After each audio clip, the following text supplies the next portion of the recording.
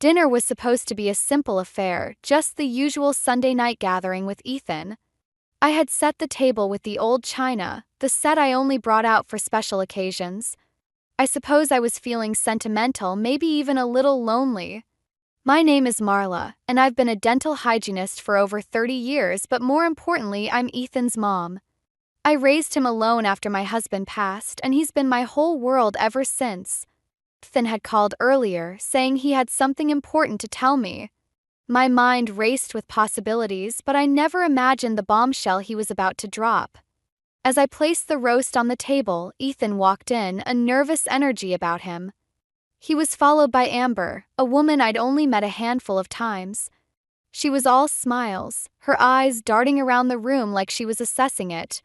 "Mom, I've got some news," Ethan started, looking at Amber for support. She nodded, encouraging him. "Amber and I are engaged." I blinked, trying to process the words. Engaged? To Amber? I barely knew her. My heart skipped a beat, and not in a good way. There was something about Amber that made my skin prickle, but I couldn't put my finger on it. "Oh, well, that's wonderful," I managed to say, forcing a smile. I could feel the tension in the room, a tightrope we were all precariously balanced on. Amber beamed, but there was something in her eyes, a flicker of something I couldn't quite decipher. "We're really excited, Marla. And we were hoping, well, we were thinking of moving in here for a little while. Just until we find our own place." The air seemed to thicken, and I felt a knot tighten in my stomach. They wanted to move in? My mind was a whirl of thoughts, none of them comforting. I glanced at Ethan, searching for some sign of hesitation, but he seemed resolute, almost relieved to have it out in the open. I nodded slowly, trying to keep my voice steady. "Of course. We'll make it work." Dinner continued, but the food tasted like cardboard. I watched as Amber took charge, subtly directing the conversation, steering it away from anything too personal. She had a way of doing that, I realized, keeping things just out of reach. Ethan seemed oblivious, caught up in the excitement of their announcement. "So, Amber," I said, trying to sound casual, "what about your work? Will you be able to manage from here?" "Oh, I can work from anywhere," she replied smoothly, her smile never faltering. "Freelance life, you know." Her words were light, but there was an edge to them, something that hinted at a deeper story.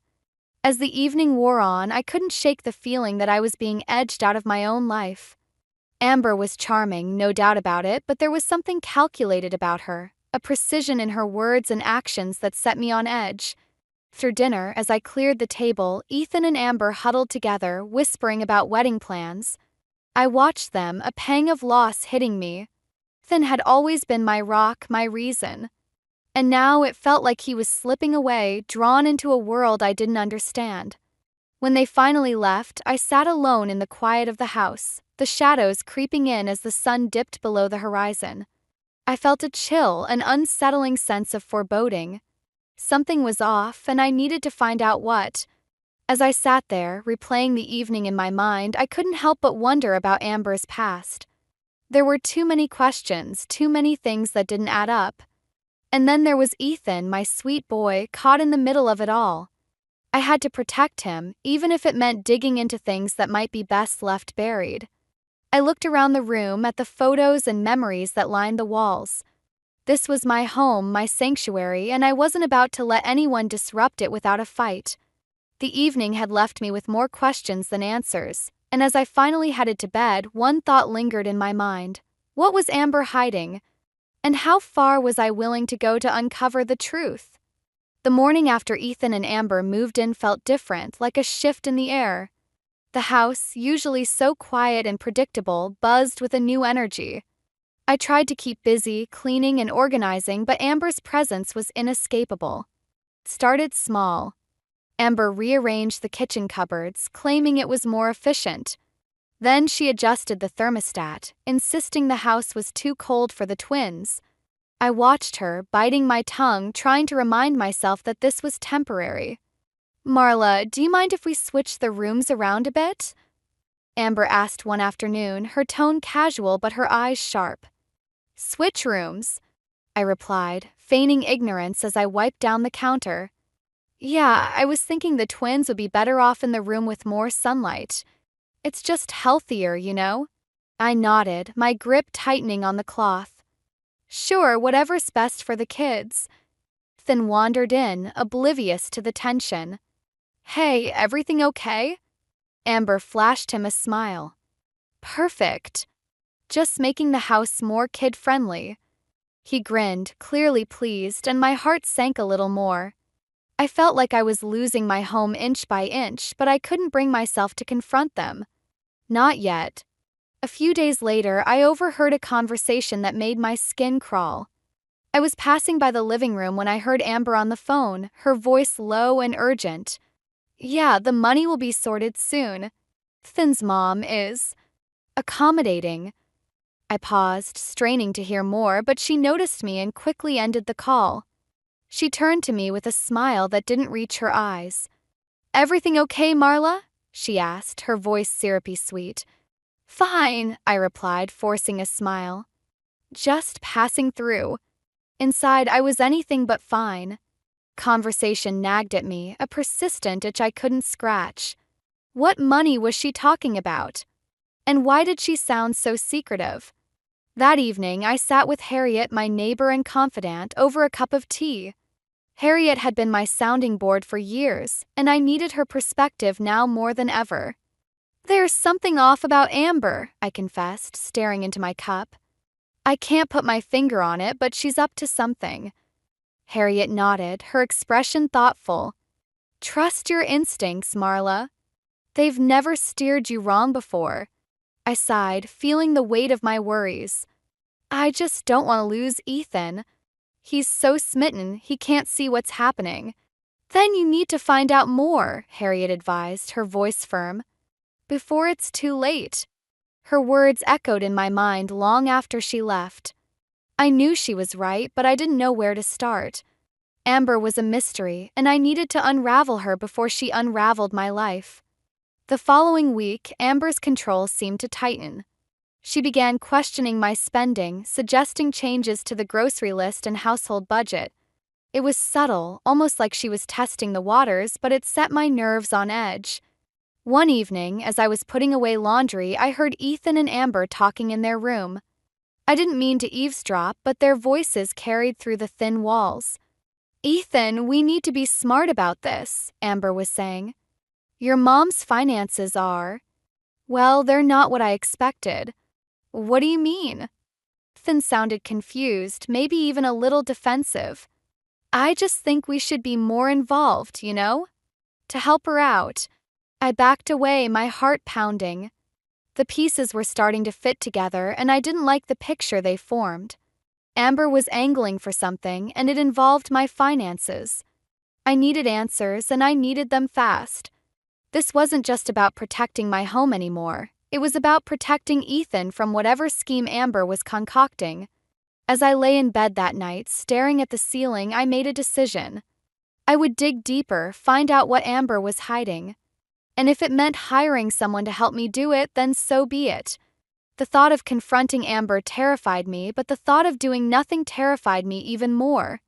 This was my family, my life, and I wasn't going to let it slip away without a fight. I turned off the light, determined to uncover the truth. Whatever it took, I was ready to face it head-on. The sun was barely up when I found myself rummaging through old boxes in the attic.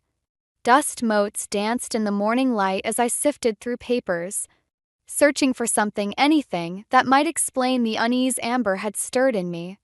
My late husband's financial records were here somewhere, and I needed to see if there was something I'd missed. As I dug deeper, I stumbled upon a folder marked Investments. My heart pounded as I flipped it open, revealing a tangled mess of statements and receipts. None of it made much sense to me, but there were numbers that didn't add up, figures that seemed out of place. I felt a chill run down my spine. Amber's interest in our finances suddenly seemed more sinister. Just then, a noise from downstairs pulled me back to the present. I quickly closed the folder and headed down, finding Amber in the kitchen, her back to me as she prepared breakfast. "Morning, Marla," she said over her shoulder, her tone bright but her posture tense. "Morning," I replied, trying to sound casual. "You're up early." "Couldn't sleep," she said, turning to face me. "Too much on my mind, I guess." I nodded, watching her closely. "Anything you want to talk about?" She hesitated, then shook her head with a tight smile. "No, just the usual stuff." Her words were light, but there was something in her eyes, a flicker of something I couldn't quite grasp. I wanted to press her, to ask about the phone conversation I'd overheard, but I held back. I needed more information before I confronted her. Later that day, I decided to take a walk to clear my head. As I strolled through the neighborhood, I ran into an old acquaintance of Amber's, a woman named Lisa. We exchanged pleasantries, and I mentioned that Amber and Ethan had moved in with me. "Oh, Amber," Lisa said with a knowing look. "She's always been resourceful." Resourceful? I echoed, curious about the implication. Lisa nodded, her expression cryptic. "Yeah, she's good at finding opportunities, if you know what I mean. Anyway, how are you finding things?" I forced a smile, my mind racing. "Adjusting, I guess. It's a big change." We parted ways, but Lisa's words lingered. Resourceful? Opportunities? It was clear that Amber had a past, one that I needed to understand if I was going to protect Ethan. That evening, as we sat down for dinner, the tension was palpable. Ethan was oblivious, chatting about work and the twins, but I could feel Amber watching me, assessing my every move. "So, Mom," Ethan said, breaking the silence. "Amber and I were thinking about starting a small business together. Something with her design skills and my tech background." I nearly dropped my fork. "A business? That's ambitious." Amber nodded, her smile tight. "We've been discussing it for a while. It seems like the right time." I forced a smile, my mind racing. Was this what Amber had been planning all along? To entangle Ethan in some scheme? I needed to act, and fast. After dinner, I retreated to my room, my heart heavy with worry. I knew I couldn't do this alone. I needed help, someone who could dig into Amber's past without raising suspicion. It was time to call in a professional. The next morning, I met with Roy Hargrove, a private investigator recommended by Harriet. He was a gruff man, no nonsense, with a reputation for getting results. "I need to know everything about Amber," I told him, my voice steady despite the turmoil inside. "I think she's hiding something, and I need to protect my son." Roy nodded, taking notes. "I'll see what I can find. But be prepared, Marla. Sometimes the truth is more complicated than we expect." His words echoed in my mind as I left, a mix of dread and determination settling over me. I was playing with fire, but I couldn't see another way. I had to know what Amber was up to, even if it meant uncovering truths I wasn't ready to face. As the days passed, the tension in the house grew. Amber's influence over Ethan seemed to deepen, and I felt the distance between us widening. I watched them together, my heart aching with the fear of losing him to whatever game Amber was playing. One evening, as I stood by the window watching the sunset, I realized that my understanding of justice was changing. This wasn't just about righting a wrong, it was about protecting what mattered most to me. I was prepared to fight for my family, no matter the cost. The phone rang, pulling me from my thoughts. It was Roy, his voice grave. "I've found something, Marla. We need to talk." My heart skipped a beat. This was it, the moment of truth. As I hung up the phone, I knew that whatever Roy had discovered would change everything. I just hoped I was ready for it. The air felt thick with tension as I sat across from Roy Hargrove in a dimly lit cafe. His expression was serious, a stack of papers between us. He slid them over, and I hesitated, the weight of the moment pressing down on me. "Marla, you need to see this," Roy said, his voice low and steady. I took a deep breath and began to read. The documents painted a troubling picture. Amber's involvement in a financial scam a few years back, her name barely escaping the headlines. It was all there in black and white. I felt a chill run through me. This was what I had feared, but seeing it laid out so plainly made it all the more real. "What do I do with this?" I asked, my voice barely above a whisper. Roy leaned back, his gaze unwavering. "That's up to you. But you need to be careful. If Amber feels cornered, who knows what she might do?" I nodded, my mind racing. This wasn't just about protecting Ethan anymore. It was about confronting a threat to my family. But how could I do that without pushing Ethan further away? Back home, I found Amber in the kitchen, her demeanor as calm as ever. I watched her, my heart heavy with the knowledge I now carried. She moved with a practiced ease, as if she belonged there, but I couldn't shake the feeling that it was all an act. "Marla, is everything okay?" she asked, her tone sweet but her eyes watchful. "Just tired," I replied, forcing a smile. "Long day at work." She nodded, turning back to her task. I studied her, searching for any sign of the woman Roy's report described, but she remained an enigma. I needed to talk to Ethan, but I couldn't risk him siding with Amber without knowing the full story. That evening, I confided in Harriet, needing her steady presence to ground me. We sat on her porch, the twilight casting long shadows around us. "Harriet, it's worse than I thought," I said, handing her the documents. She read through them, her expression growing more concerned with each page. "This is serious, Marla. What are you going to do?" "I don't know," I admitted, feeling the weight of it all. "I can't lose Ethan, but I can't let Amber continue unchecked." Harriet placed a reassuring hand on mine. "You're stronger than you think. You'll find a way." Her words gave me a sliver of comfort, but the path ahead felt fraught with uncertainty. I needed to confront Amber, but the thought of it filled me with dread. The next day, I decided to take the plunge. I waited until Ethan was out, then approached Amber as she worked on her laptop, her fingers flying over the keys. "Amber, we need to talk," I said, my voice steady despite the turmoil inside. She looked up, her expression unreadable. "Sure, what's up?" I hesitated, choosing my words carefully.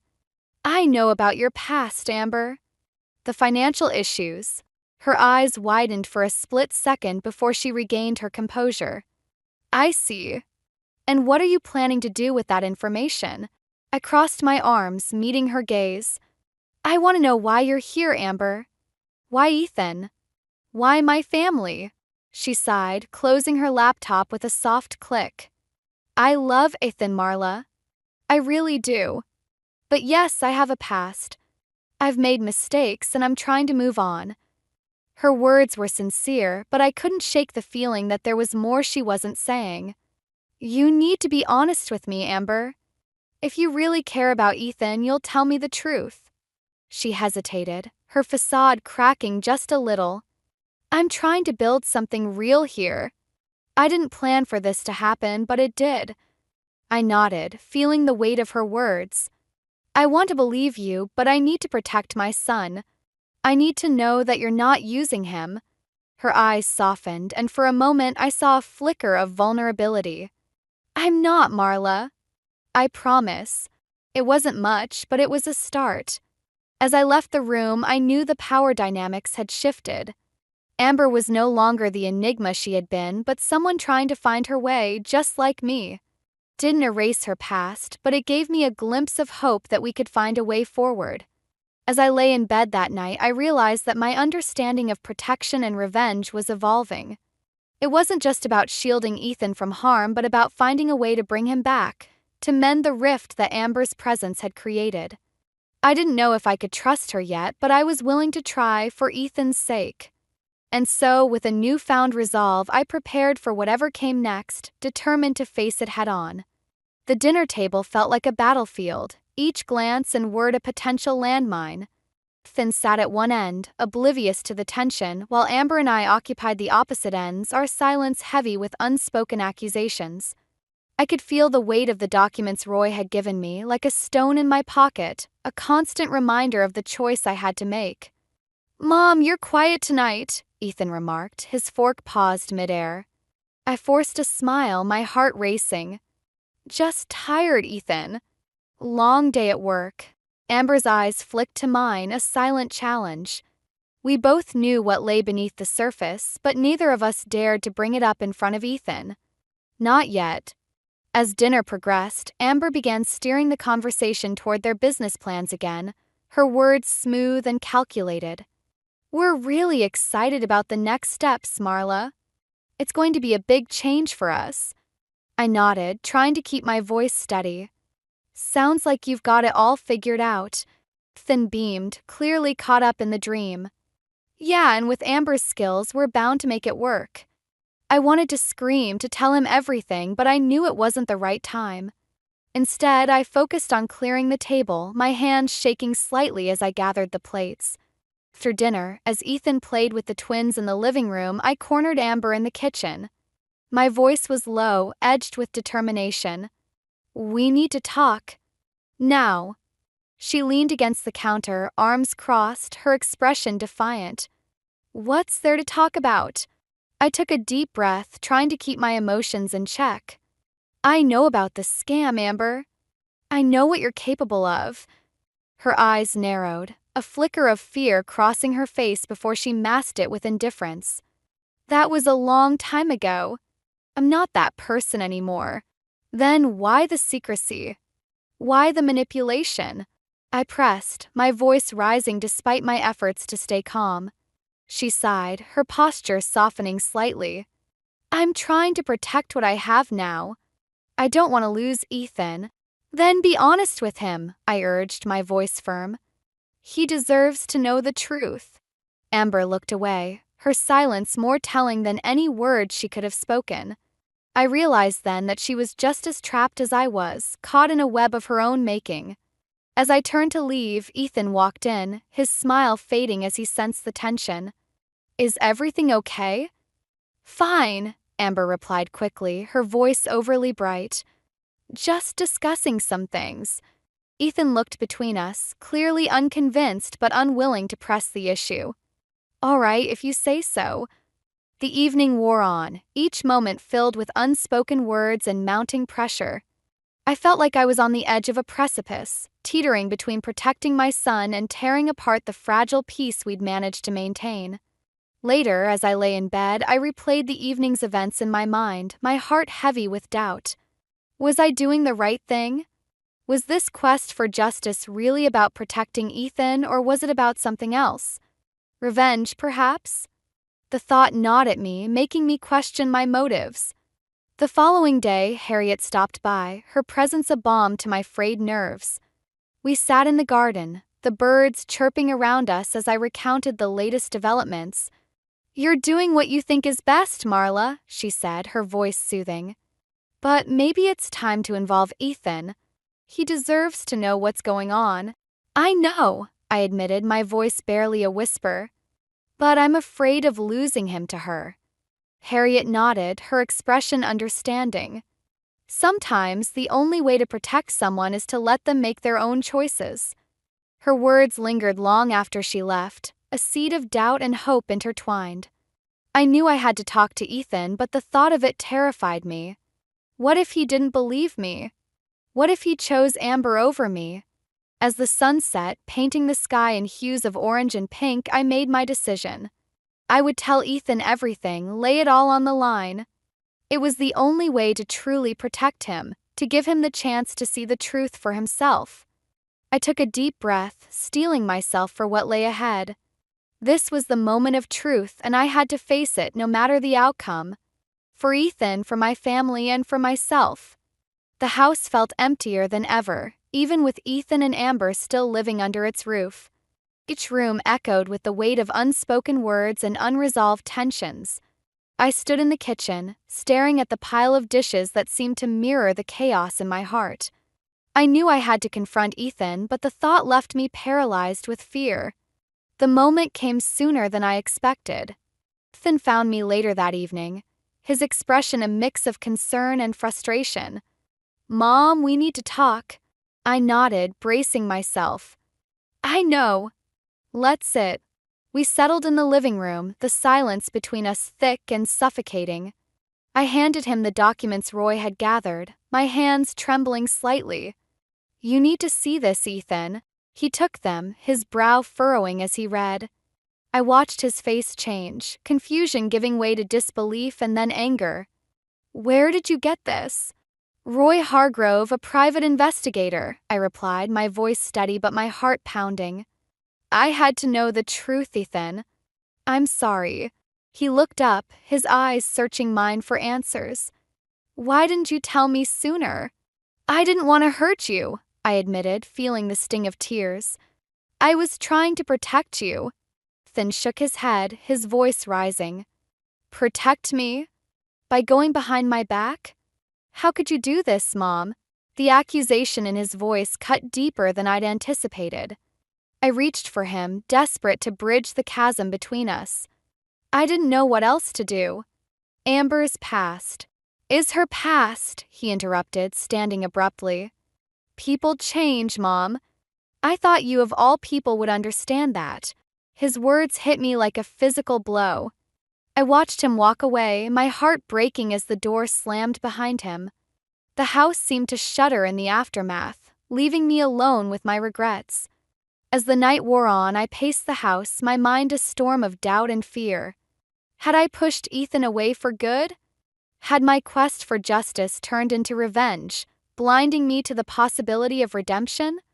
The next morning, I found Amber in the kitchen, her expression guarded. Ethan told me everything.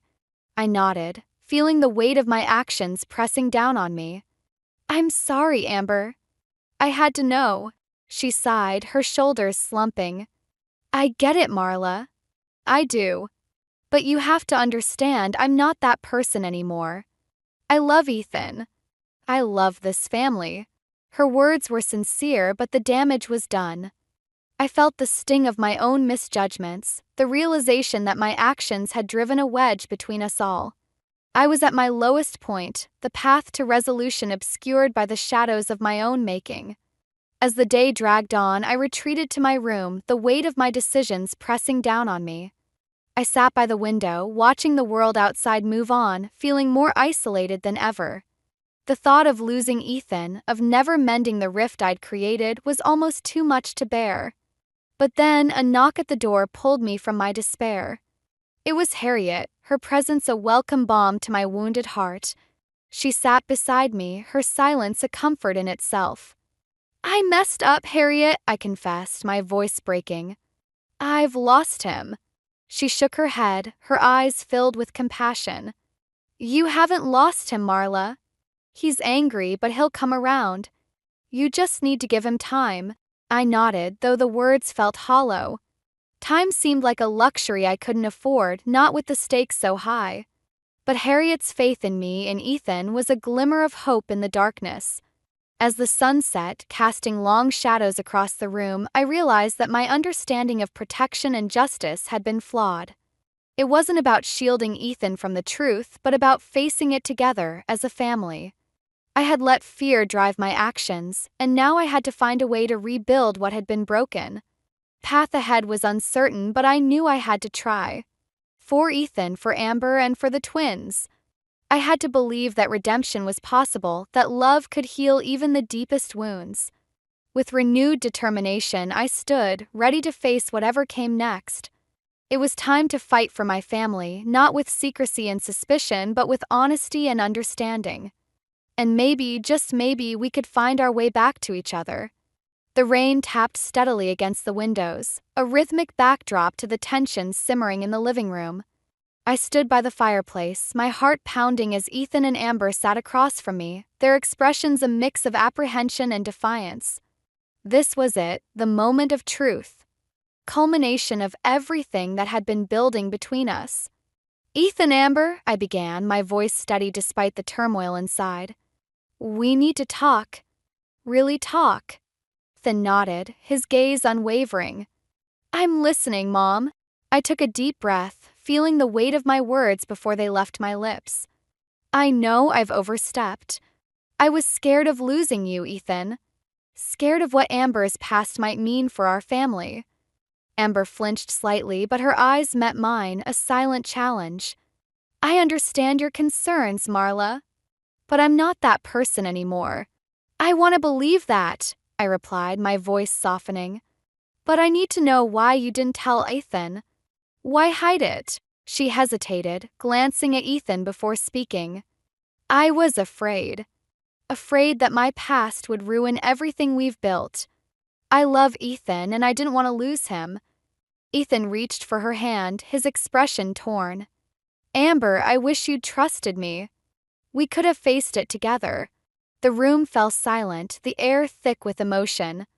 I watched them, my heart aching with the realization that this wasn't just about me or Amber's past. It was about trust, about facing fears and finding a way forward.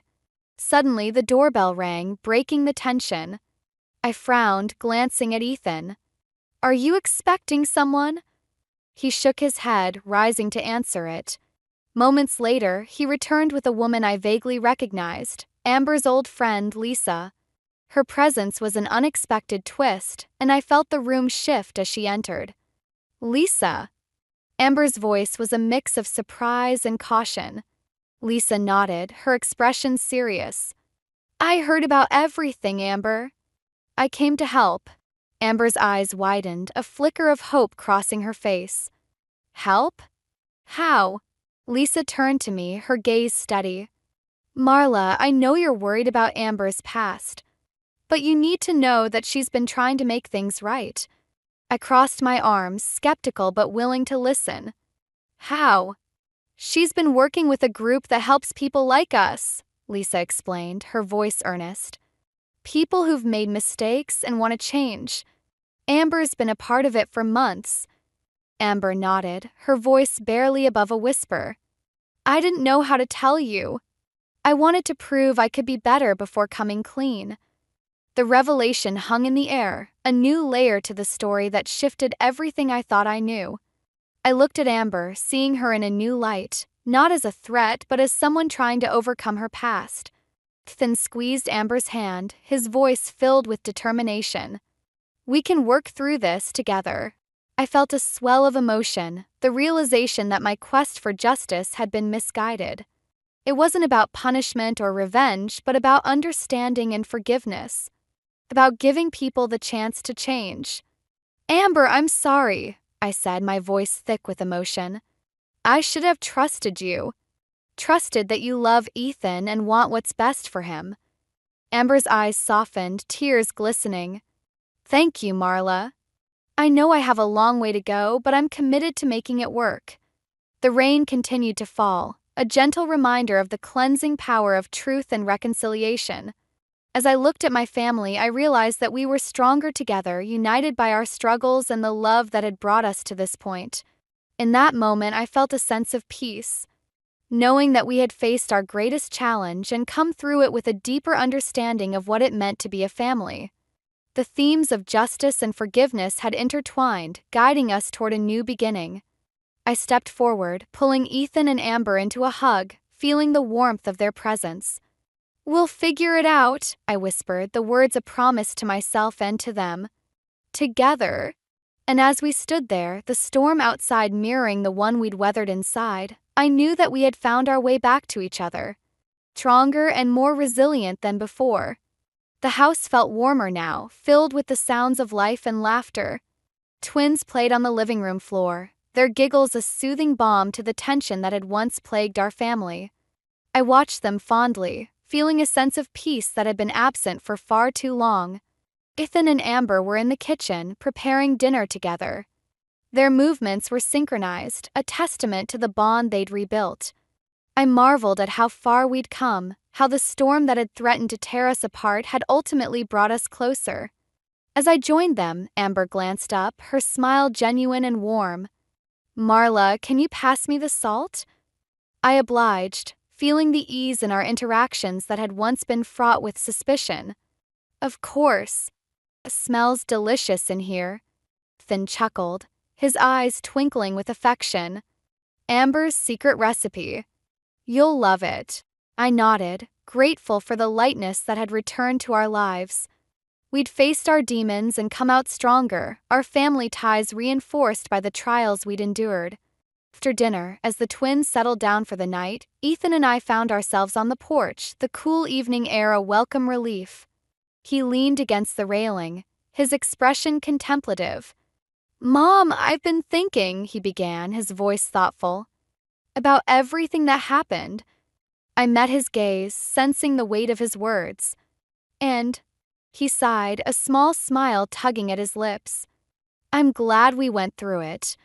It wasn't easy, but it brought us to where we are now. And I wouldn't trade that for anything. I nodded, feeling the truth of his sentiment. I feel the same way. It taught me a lot about forgiveness, about understanding. Then turned to me, his eyes earnest. Thank you for fighting for us, even when it seemed impossible. His words filled me with a warmth that spread through my chest. I reached out, squeezing his hand. I'll always fight for you, Ethan. For our family. As we stood there, the stars twinkling above, I felt a sense of closure. We'd faced the darkness and emerged into the light, our relationship stronger and more resilient than ever. The next morning, as I tidied up the house, I stumbled upon an old box of letters. Curious, I opened it, my heart skipping a beat as I recognized my late husband's handwriting. Among the letters was one addressed to me, written shortly before he passed.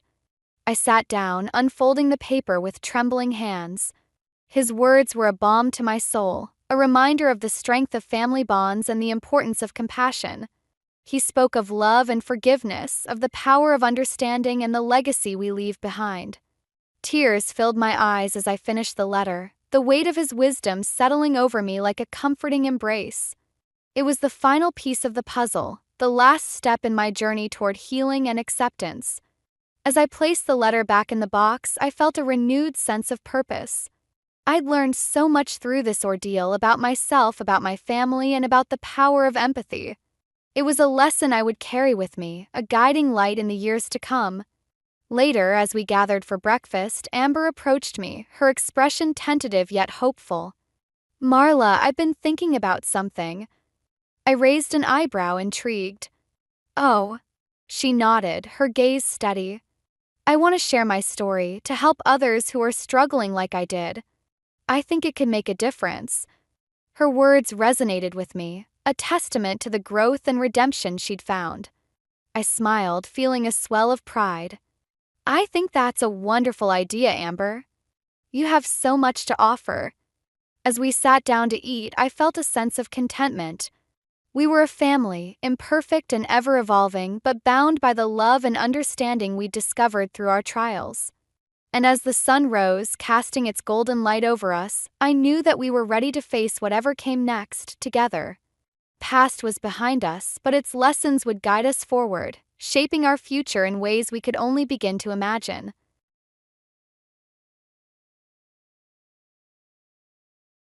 I took the tough choice to depart and declared that I would not be returning. I clenched my possessions and shed a few tears, which mixed with my physical pain in my neck. My stay at my in-laws' house came to an end at this point. I'm 37 years old, and my name is Jessica. It had been 4 years since my marriage. I was a home-based writer before I got married. My father's accident forced me to return home to help my parents, which is when I decided to change careers. I eventually achieved great success as a freelancer, earning more money than I did at my prior typical work.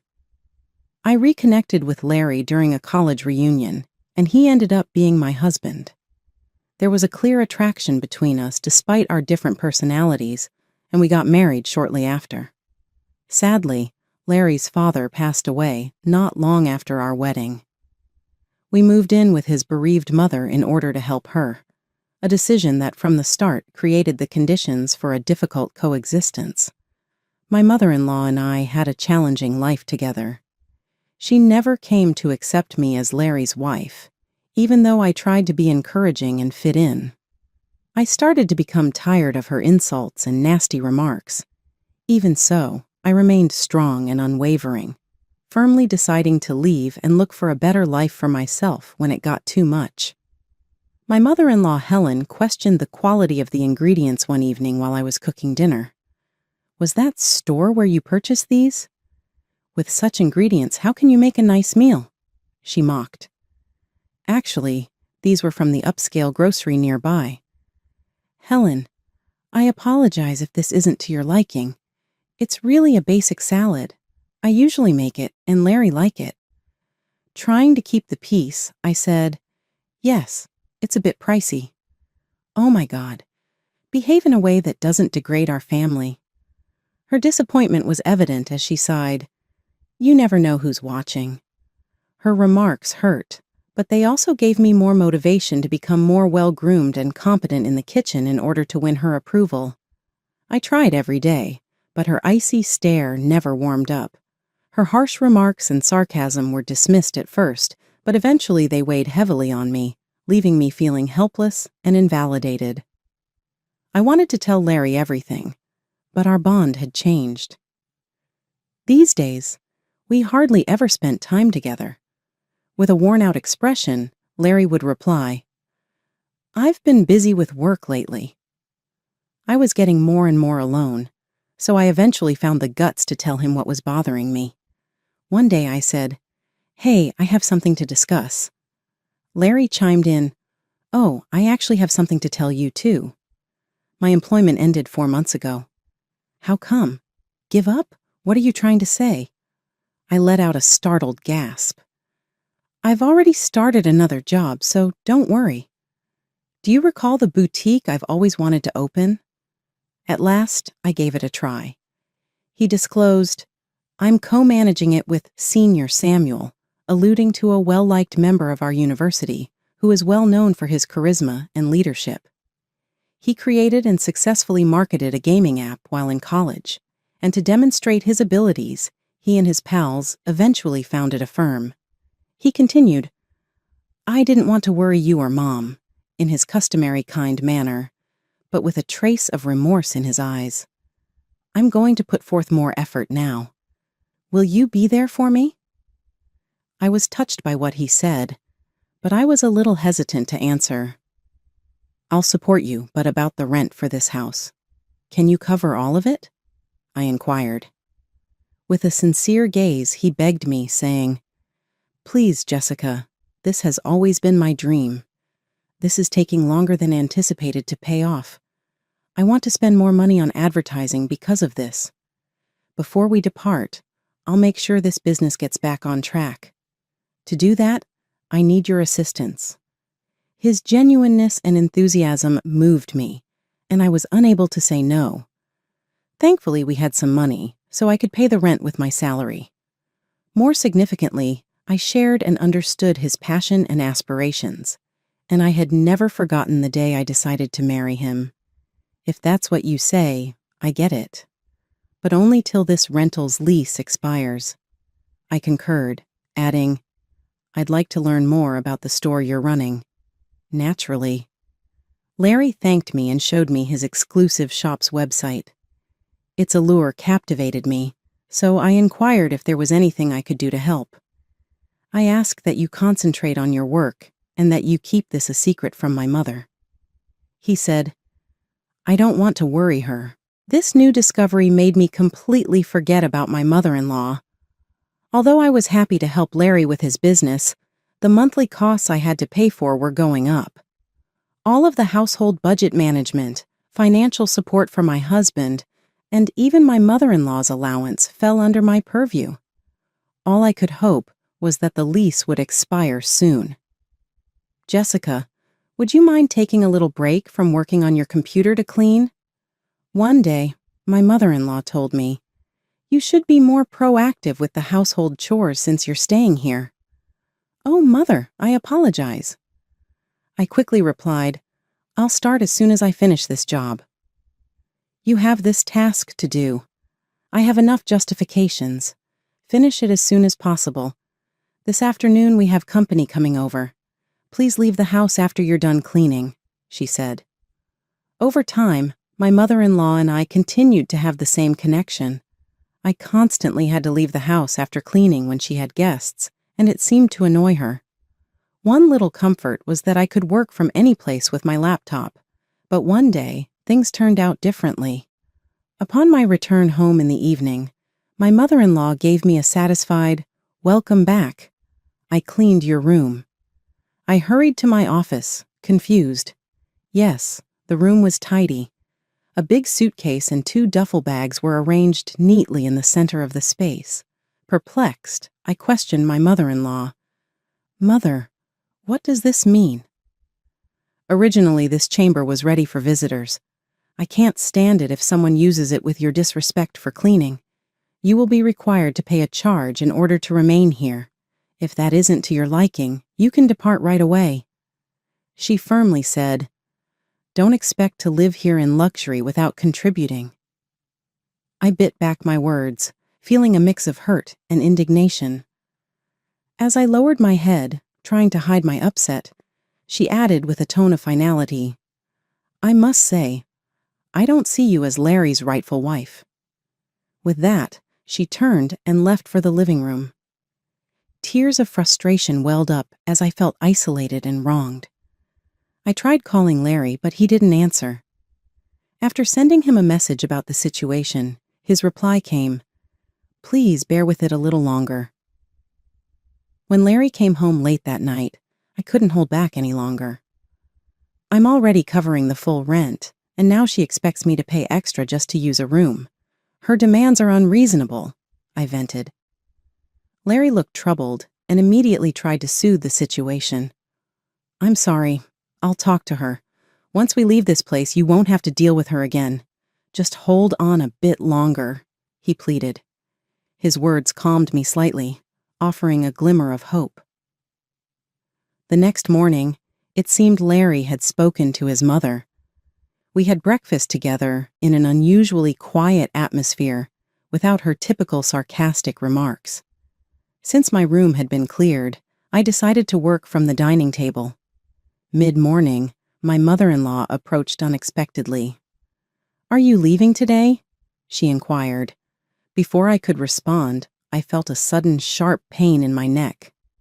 "Ouch, that's hot," I exclaimed, turning to see her smirking with a hair iron in hand. "Why would you do this?"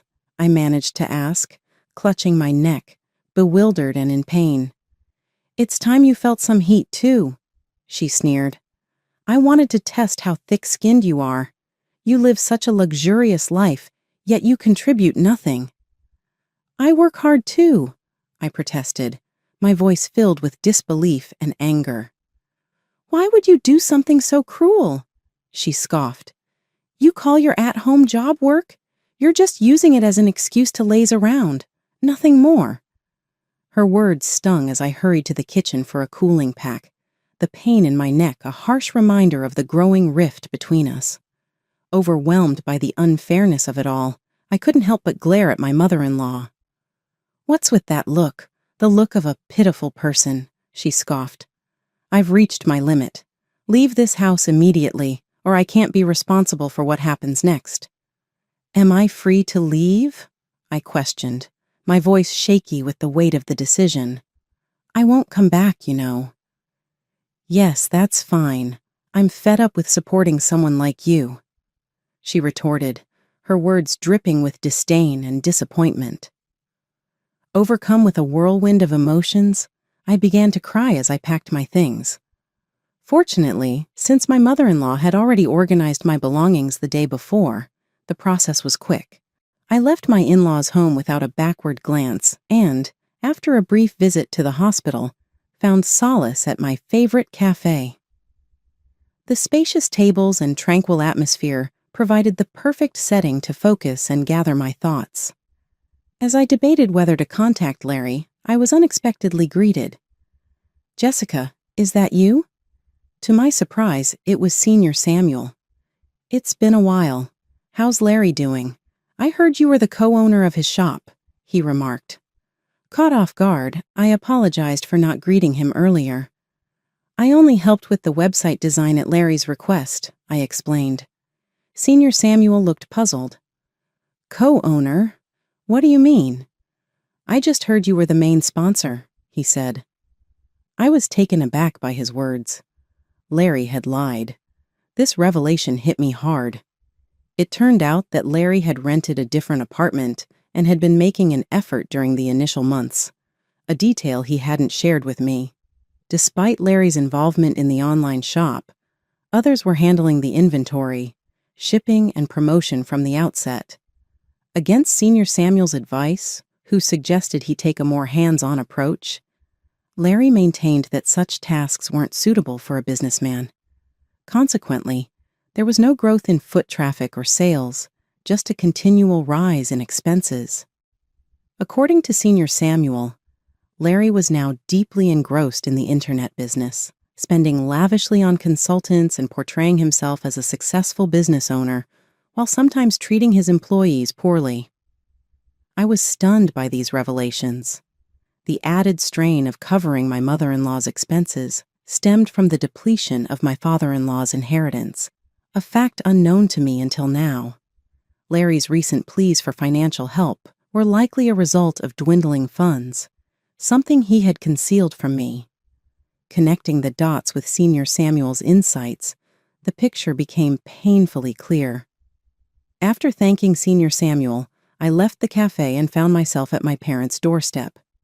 Luggage in tow, my father greeted me with a surprised look. Overwhelmed, tears streamed down my face as I faced my parents, who had been unaware of my struggles. "Tell us what happened. Your mom and I are always here for you," my father assured me. Encouraged by their support, I broke down and shared everything. The harsh treatment from my mother-in-law, the financial burdens I carried for the in-laws' household, and the revelations about Larry. Both of my parents were deeply moved and shared in my tears. "There's no need to return to your in-laws. Live for yourself from now on," my father declared, his words echoing with sincerity. That conversation lifted a tremendous weight off my shoulders. What had I been enduring all these months? The only word from Larry was a brief message asking, "Where are you now?" After ignoring several similar inquiries, his attempts to reach out ceased. It seemed my presence in his life was inconsequential, but in that moment of realization, more than sadness, I felt a decisive clarity. Enjoying a simple meal with my parents, I experienced the genuine warmth of family, a stark contrast to what I'd endured. While staying at my parents' house, I began to rediscover myself. About 3 weeks later, Larry called, likely because the rent was due. "Jessica, where are you? Have things calmed down with Mom? She feels bad about it. Aren't you coming back soon?" he asked. "I'm at my parents' house now and I plan to stay here. Your mother said she's tired of taking care of someone like I," replied calmly, determined to forge a new path for myself, free from the burdens of my previous life. Firm in my decision, I told Larry, "I think we should get a divorce." His response was immediate. "Wait, why divorce? If living with Mom is the problem, we can sort it out. I'm coming to pick you up so we can discuss this in person."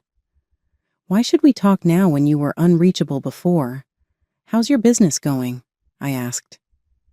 There was a pause before he replied. "Actually, I'm consulting with a business expert. There might be a big breakthrough next month." "That's beside the point," I countered. "You haven't shared anything substantial with me, and that's why I don't want to talk anymore.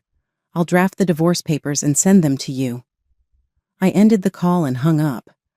However, that night, Larry unexpectedly showed up at my parents' house. I spoke to him through a small gap in the door, kept secure by the chain. "Jessica, please don't be upset. Let's return home. Mom regrets what happened," he pleaded. "I was forced out by your mother," I reminded him sternly. "You expect me not to take that seriously? She burned me with a hot hair iron. I don't know what she might do next. There's no way I can go back." I showed him the burn mark on my neck. "Did Mom do that?" "I'm so sorry, I didn't know. She told me it was just a minor argument," Larry apologized.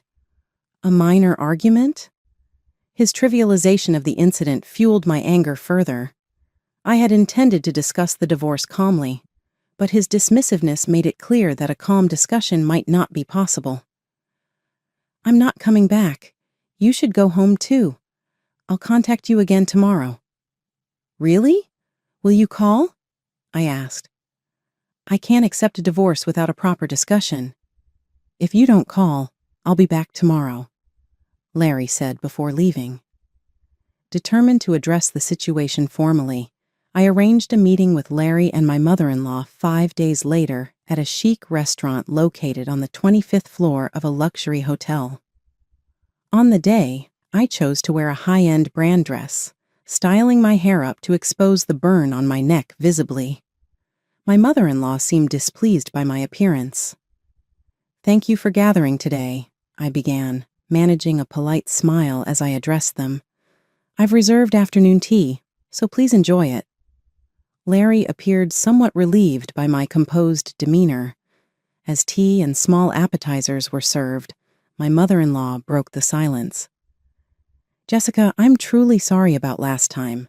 I was wrong," she admitted, her tone contrite.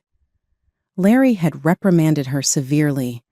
"You'll forgive me, won't you?" she pleaded.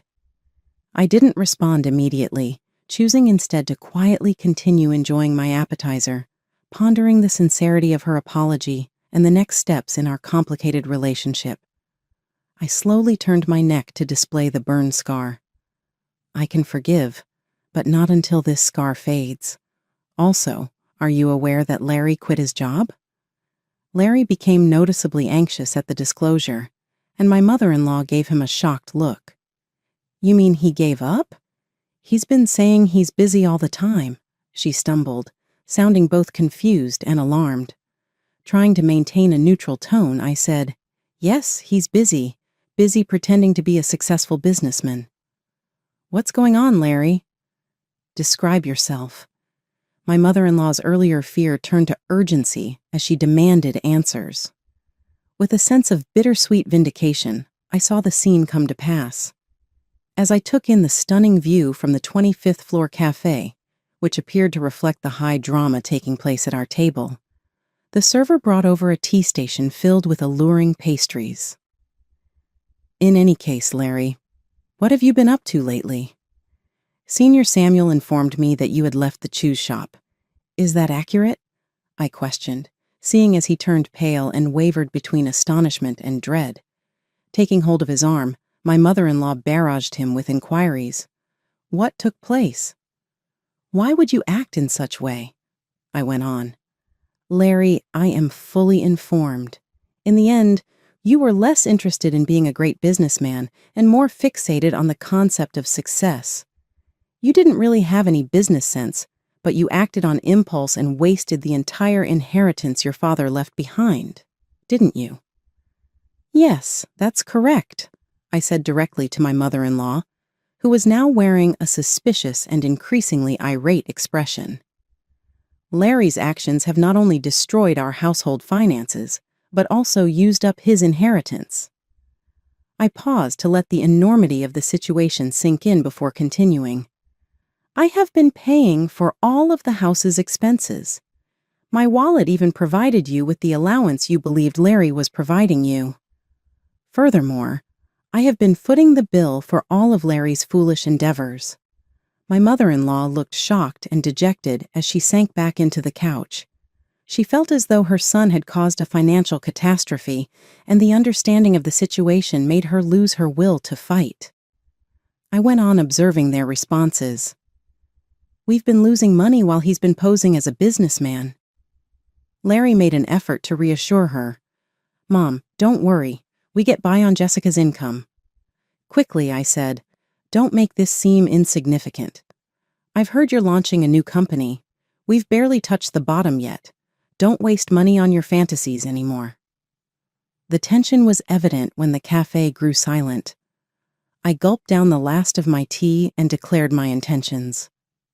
"Since you two have essentially run out of money, I can no longer take care of you both. You'll have to pay the rent for the next week. We will proceed with the divorce through legal counsel." "I don't want a divorce," Larry begged, his eyes welling with tears. "Don't do this, please." I made a clear decision, though. With a pale expression, my mother-in-law asked me to help. "You previously claimed that you didn't consider me to be family, Helen. Now, I would like you to start by making this payment as recompense for the burn." I firmly said, "I hope you still have some savings," and left them to take the hit.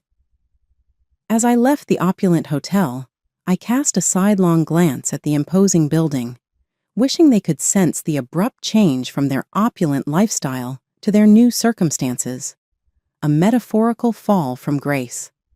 In the end, we went ahead and divorced. Larry refused at first, but gave in when I said I would call the police to report the assault. My mother-in-law was someone I could never forgive, but removing her from my life would make it easier for me to move on. I asked to be compensated significantly for emotional pain as part of the settlement. They afterwards moved into a small flat. The relationship between my stingy ex-husband and his dejected mother grew more and more tense. My once haughty mother-in-law turned to part-time cleaning jobs in her quest for independence, which made me smile wryly. Larry, on the other hand, was struggling to make ends meet and was deeply in debt. I couldn't help but notice the irony of their altered situation at night. Larry would seem to be better suited for irregular work given his true ability. When I looked at it another way, the dynamic personality that first drew me to him proved to be nothing more than impulsiveness and superficiality. These characteristics were accentuated by the opulent lifestyle made possible by my father-in-law's inheritance. I've returned to working regularly from my folks' house as of late. Later, I had a meeting with Senior Samuel to thank him and give him an update on the issue. He expressed his admiration for my writing, and I have since begun to receive projects from him. I'm staying with my folks and focusing on starting again and taking care of my well-being for the time being.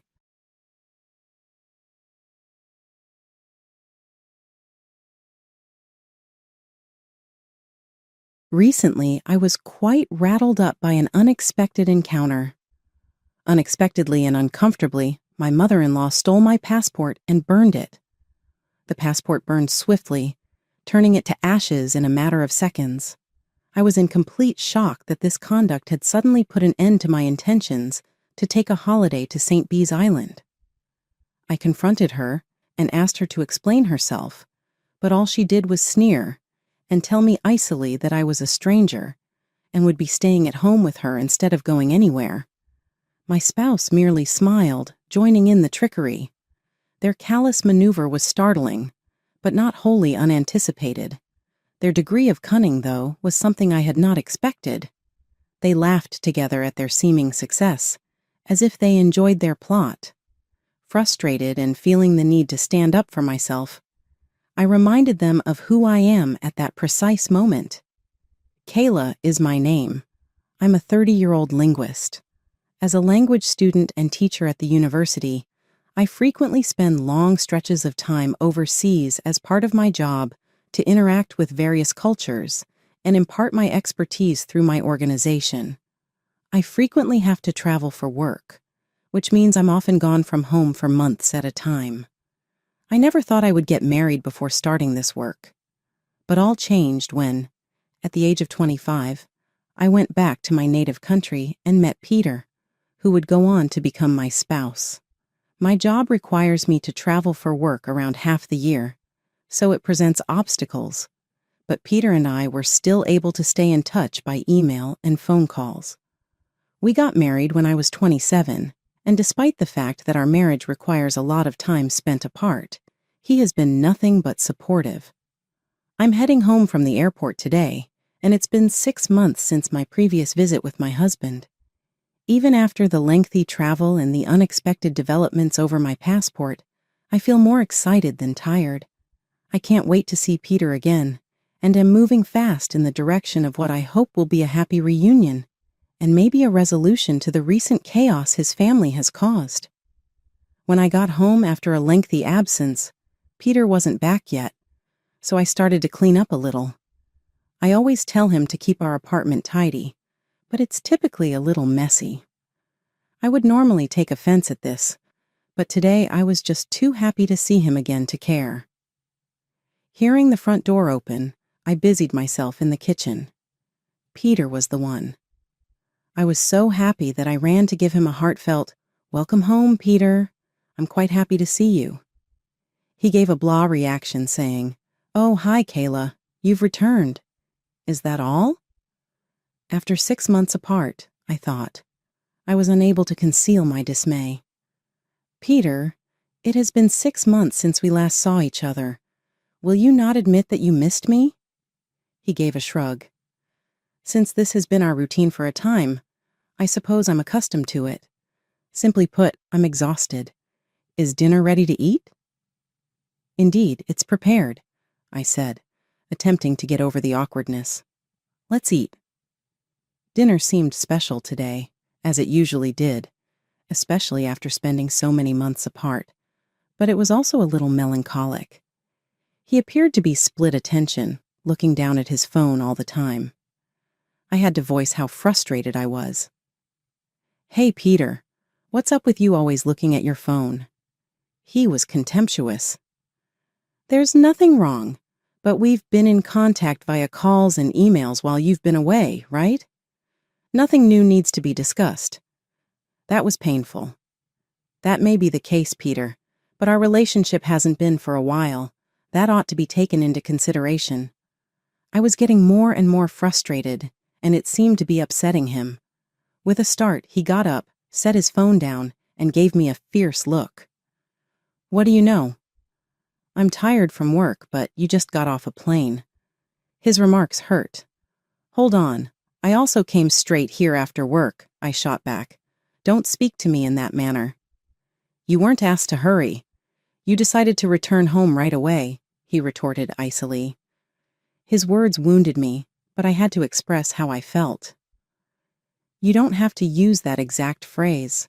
In spite of everything, I thought about you." We both paused at that point, the weight of our words lingering over us. When I had returned home after several months away, the atmosphere was eerily tense. It was colder than Peter had anticipated. He blurted out, "I'm just saying, I didn't ask you to rush home," as we were sitting down to supper.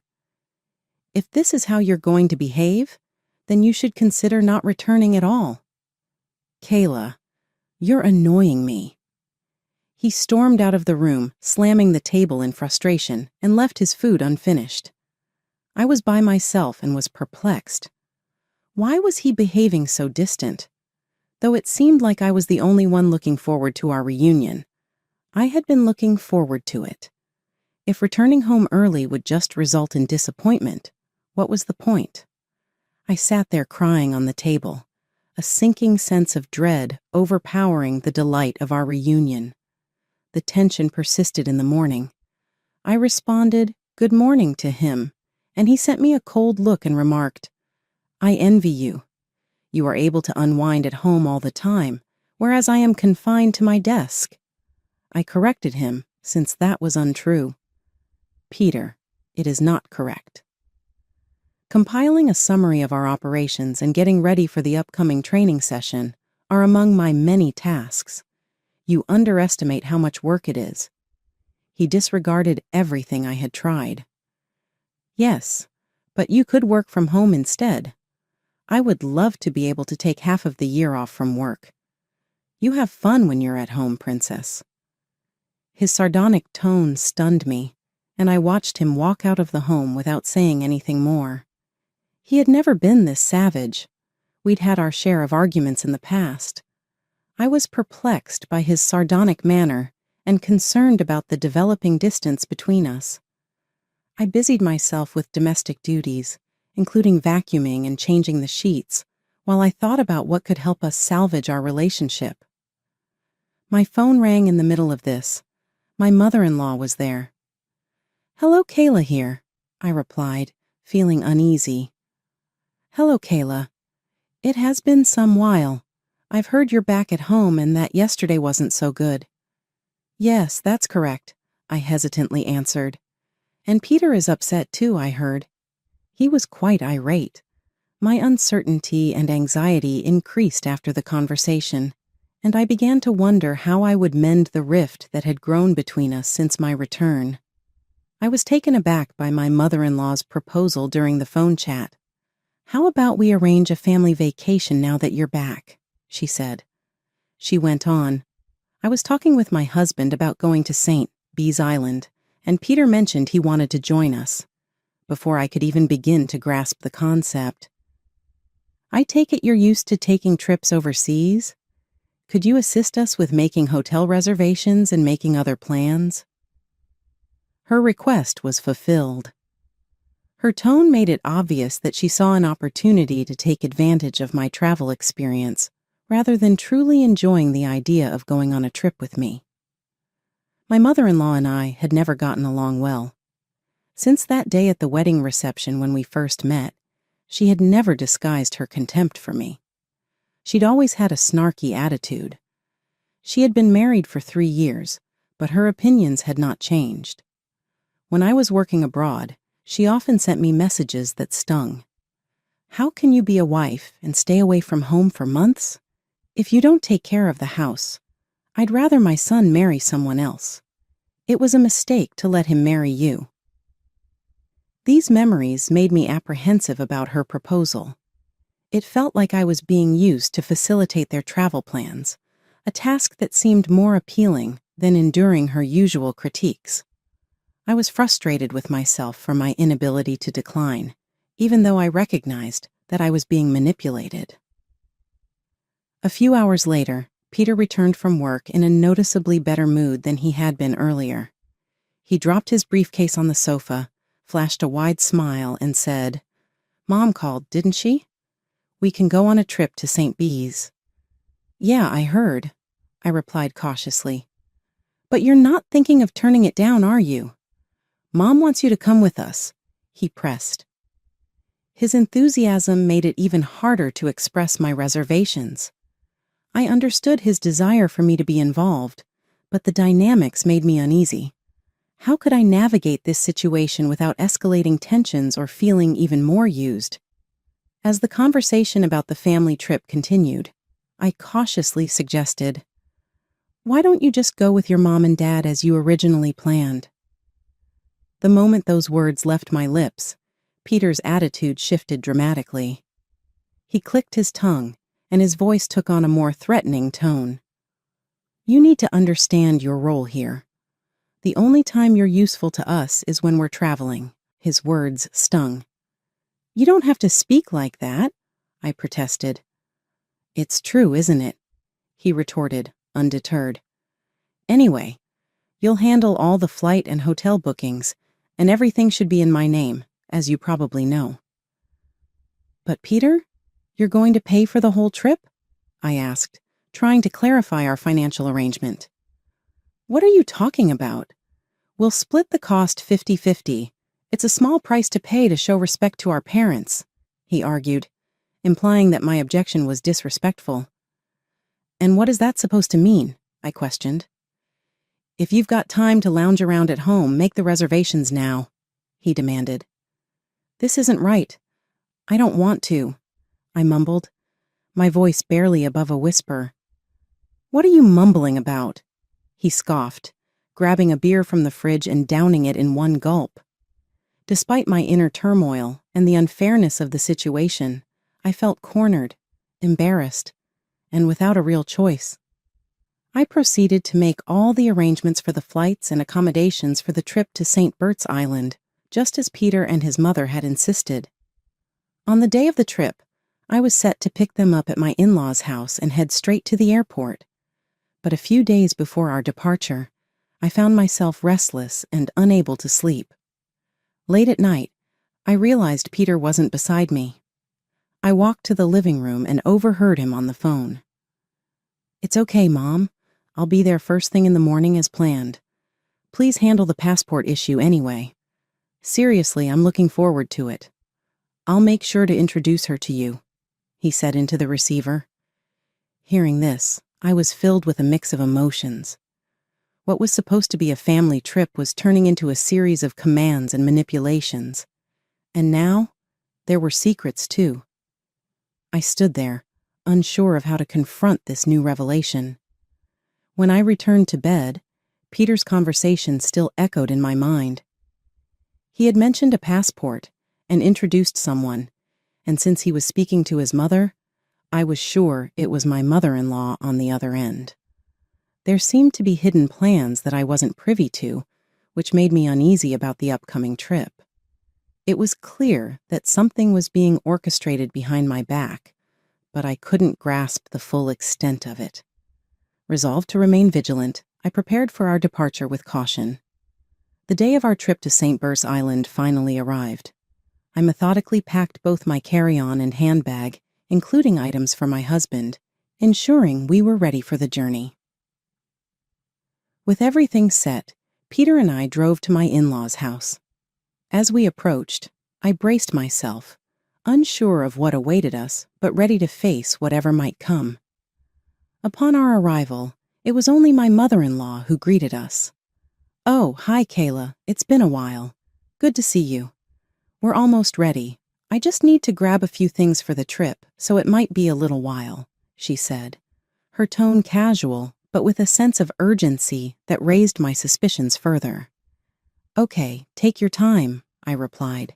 Then she added, "Oh, and Kayla, could you bring the carry-on case from the other room? It's heavy, so please get Peter to help you." "Sure, I'll do that," I agreed, keenly observing the exchange of knowing glances between my husband and mother-in-law. I kept my passport securely in my pocket, an instinctual move born from the mistrust that had been building. As I followed my husband's directions and returned to the living room with the carry-on, I found my mother-in-law waiting with a mischievous grin. To my horror, she was holding my passport in her hands. "Now you can't go on the trip to St. Bert's," she declared with a smirk. "What do you mean?" I asked. "I'm going to burn this passport right now," she threatened. "What did you just say?" I reacted in disbelief, the gravity of her words sinking in. "I was just using you to handle the trip arrangements," she admitted callously. "You're a stranger here, so you'll be staying behind. Too bad." Her words struck me like a cold slap. The situation was far worse than I had imagined, and the betrayal cut deep. I realized I was not just an outsider in their plans, but a mere pawn in whatever game they were playing. The revelation left me reeling, unsure of how to respond to such blatant manipulation and deceit. My mother-in-law made an abrupt and startling move when she raced into the kitchen, ignited a lighter, and set a passport on fire in the sink. The paper rapidly caught fire and, in front of us, turned to black ashes. "We did it!" she exclaimed gleefully when it was utterly destroyed. My spouse cheered and joined in. "Yes, Mom! We succeeded." "No," I said in reply. "This trip is just the three of us, right? When we return, we'll get to meet Peter's new girlfriend." With a casual reply, "Yeah, I've already set that up," my mother-in-law said. "We don't need this useless woman anymore." Coldly, my father-in-law added his voice. Then, appearing proud of himself, he took out his cell phone and showed me images of himself with another woman. "You're remaining here while we leave on our trip. I'm not divorcing you to protect my reputation. You can go, and I'll move in with her when we return." His remarks caused my mother-in-law to chuckle sarcastically, their faces displaying a deep hatred. I realized then that I was no longer a member of this family. I asked, "By the way, whose passport is that?" While forcing a smile. "What topic are you discussing? Of course it's yours." "I removed it from your purse," she declared with assurance. "My passport is in this pocket right here," I stated, pointing to the real document. "What? Why, it just cannot be," she stumbled, her self-assurance wavering. I displayed my passport to her, undamaged. "It is, in fact, my passport. Examine yourself." Her face turned pale with terror as the realization hit her. Her voice quivering, she whispered, "That's not possible." It seems that my mother-in-law mistakenly believed she had removed my passport from my purse. Malicious as she was, her intentions had not included carefully inspecting the passport before burning it. Her question was mixed with confusion and dread, her voice trembling. "Whose passport did I burn then?" she inquired.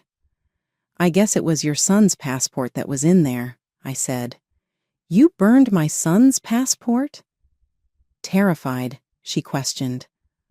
My mother-in-law became pale as she realized how serious her error had been. Her reckless behavior and the revealed underlying plots have irreversibly damaged the already tense family dynamics. Chaos broke out as soon as my mother-in-law learnt the passport she had destroyed belonged to her son. My spouse yanked a tantrum at her. "What actions have you taken? I cautioned you to use caution." In her handbag, I only discovered one passport. Who would have guessed that I owned it? "It doesn't concern me," he yelled. "You didn't check thoroughly, and now look what happened. Are you implying that I'm to blame? I wouldn't have made this mistake if you had checked from the beginning," she shot out, her voice rising in defense. They started criticizing one another as their fight quickly became more heated. Into the chaos, my spouse turned to face me. "Hey, Kayla, do something." However, I refused to be pulled into their mess any longer. "Really? Who do you think is directing my actions? You secretly cheated on me. You are really daring. You and your mother are both abhorrent," I answered back. "Hey, who do you think you're talking to?" My spouse lost his cool. "I'm speaking with both you and your terrible mother. I'm not going to ignore this, I promise. You're going to make up for the affair and everything your mother said to me that was hurtful. Get set." I said that I was going to get tougher. My father-in-law arrived at that moment, drawn by the commotion. "What's the situation here?" he asked. "What are you doing?" I told him everything, and he got furious. There were serious repercussions when the scheduled trip was abruptly canceled. My husband's father shunned him and forbade him from going back home, and my mother-in-law was considering filing for divorce. I got legal advice and went ahead with the divorce. In addition, I required my ex-husband and ex-mother-in-law to pay alimony in full and to reimburse me for the expenses incurred from the postponed trip to St. Nevis Island. They were ill-prepared financially and had to borrow money to cover these costs. Ultimately, my ex-husband ended up in a difficult financial condition and is currently living with his mother. The woman he had an affair with also left him. I moved into a condo and started over with the alimony money, embracing an independent life free from abuse and infidelity in the interim. I overcame a lot of obstacles to get stronger. I'm enjoying life now, have plans to travel more. I'm learning about other cultures and am sharing my experiences with the globe.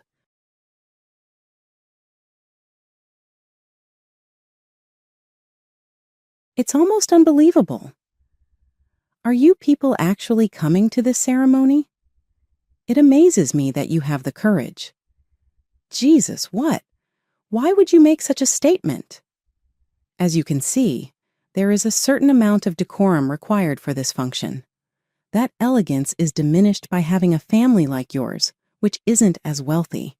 Therefore, would you kindly depart as soon as possible? Our family was present for the happy occasion of my brother's wedding on this particular day. Nevertheless, my brother's fiancée's surprising remarks started to eclipse the happiness. Wearing a veil of pristine white, her remarks were weighty and frigid, belying her exquisite clothing and casting a darkness over our hearts. She felt aware of the eyes on her and cast a disdainful glance at our family. We were left very perplexed. It appeared that she felt our presence devalued the status quo in her universe. Her one-sided, blatantly insulting remarks showed blatant disregard for our family. Only our father chuckled aloud, as if to ease the tension in the room, even though we were furious over this unfair treatment. Aha! In its own unique manner, this is quite the masterpiece. Dad, what are you laughing at? No need to worry, let's get going from here. My father's unexpected outburst of laughter and his comments stunned everyone in the room and silenced the throng. I'm Mia, and I'm 25 years old. I graduated from a mediocre institution and work as an administrative assistant for a reputable corporation, so I have a typical life. I think ordinary sums up my journey thus far the best. However, my father is regarded as an expert in the field of neurology. Following several years of employment at an academic medical center, he founded his own clinic. Retired from active duty, he now dedicates all of his time to brain research. A dependable junior who underwent extensive training from my father is in charge of the clinic. I get asked the same question a lot by my parents and close friends. Why don't you become a doctor? They have expectations, but my response is usually the same. I can't handle the pressure of dealing with human life and death. Naturally, I want to help people and make a positive impact on society, but that doesn't imply I have the self-assurance to carry out the noble responsibility of being a doctor. My brother John, on the other hand, has chosen a different route and is going into medicine. He is 2 years my senior and has always had stellar academic standing. He was accepted right away to the prestigious National University Medical School once his talent was recognized. He doesn't seem ugly, and it appears that women like him a lot. Despite being handsome and academically bright, it appears that this has gradually warped his psyche. John's transformation from when I was a high school student was evident. He started dating after passing the medical school admission exam, and his trips home grew fewer and farther between. Although he appeared to be enrolled in college, his social media accounts consistently showed him having fun with various ladies. My father eventually became aware of this fact, and one day it sparked a family argument. When my brother finally made it home a few weeks later, my father chastised him severely. "John, could you tell me exactly what you're doing at the university?" My father said, his face solemn. With a casual reply, John said, "Dad, what are you exaggerating for?" "My academics are going well, and I'm receiving all the credits I require." "However," Father persisted, "I don't mean to say that. Naturally, getting good marks is crucial, but being a doctor requires more than just that. You must possess the ability to understand the emotions of your patients." John grumbled and shot back, saying, "You know, Dad, that's really annoying. In this day and age, you can become anything with the correct talents. Could you please quit using these old sentimental plots?" My father was simultaneously startled and furious. "What are you saying?" John grew even more self-assured. "This stuffy environment bothers me. Old guy, please cease interfering in your son's affairs." My brother was not afraid to tell our parents exactly what he believed at that time. He had also begun to call me, his sister, derogatory names. He told me, "You're not as good as me," without trying to disguise his opinion that I was less than him. "Everywhere you go, someone as awkward as you will just keep falling. You're lucky to have me as a wonderful brother." He used to call me names every time he got home. Since we were little, I've constantly compared myself to my brother, and as a result, I've never been able to respond to him. It seems that his actions throughout the interviews were the cause of his failure. Fortunately, my father's old acquaintances at both hospitals told us the truth about the situation. Despite his inexperience, my brother displayed contemptuous and haughty demeanor in front of the interviewers, asserting that he could increase the hospital's earnings. With a scornful laugh, he mocked our father's lessons about the value of having empathy for patients. My father spoke to him after learning about my brother's predicament. He was confused and on the edge of giving up. "John, for the time being, start working at our family's hospital," the father stated severely but gently. John asked in shock, "Why should I have to do that?" in response. Father went on to clarify, pressing my brother, "Is it because you're having trouble finding another job? Start over by relearning the fundamentals here until you locate the ideal location." Though he reluctantly agreed, my brother's discontent was evident in his countenance. "Damn, I guess there's no choice." My brother displayed an overtly unpleasant attitude toward our family. But his rage was unfair by nature. My brother was lost and roaming when he was welcomed into our father's home and given a place to stay. It's unclear if my father took this action because he felt a strong sense of ethical obligation as a doctor, out of pure paternal love, or for other reasons. But there's hope that my brother will develop into a real doctor who can feel other people's suffering.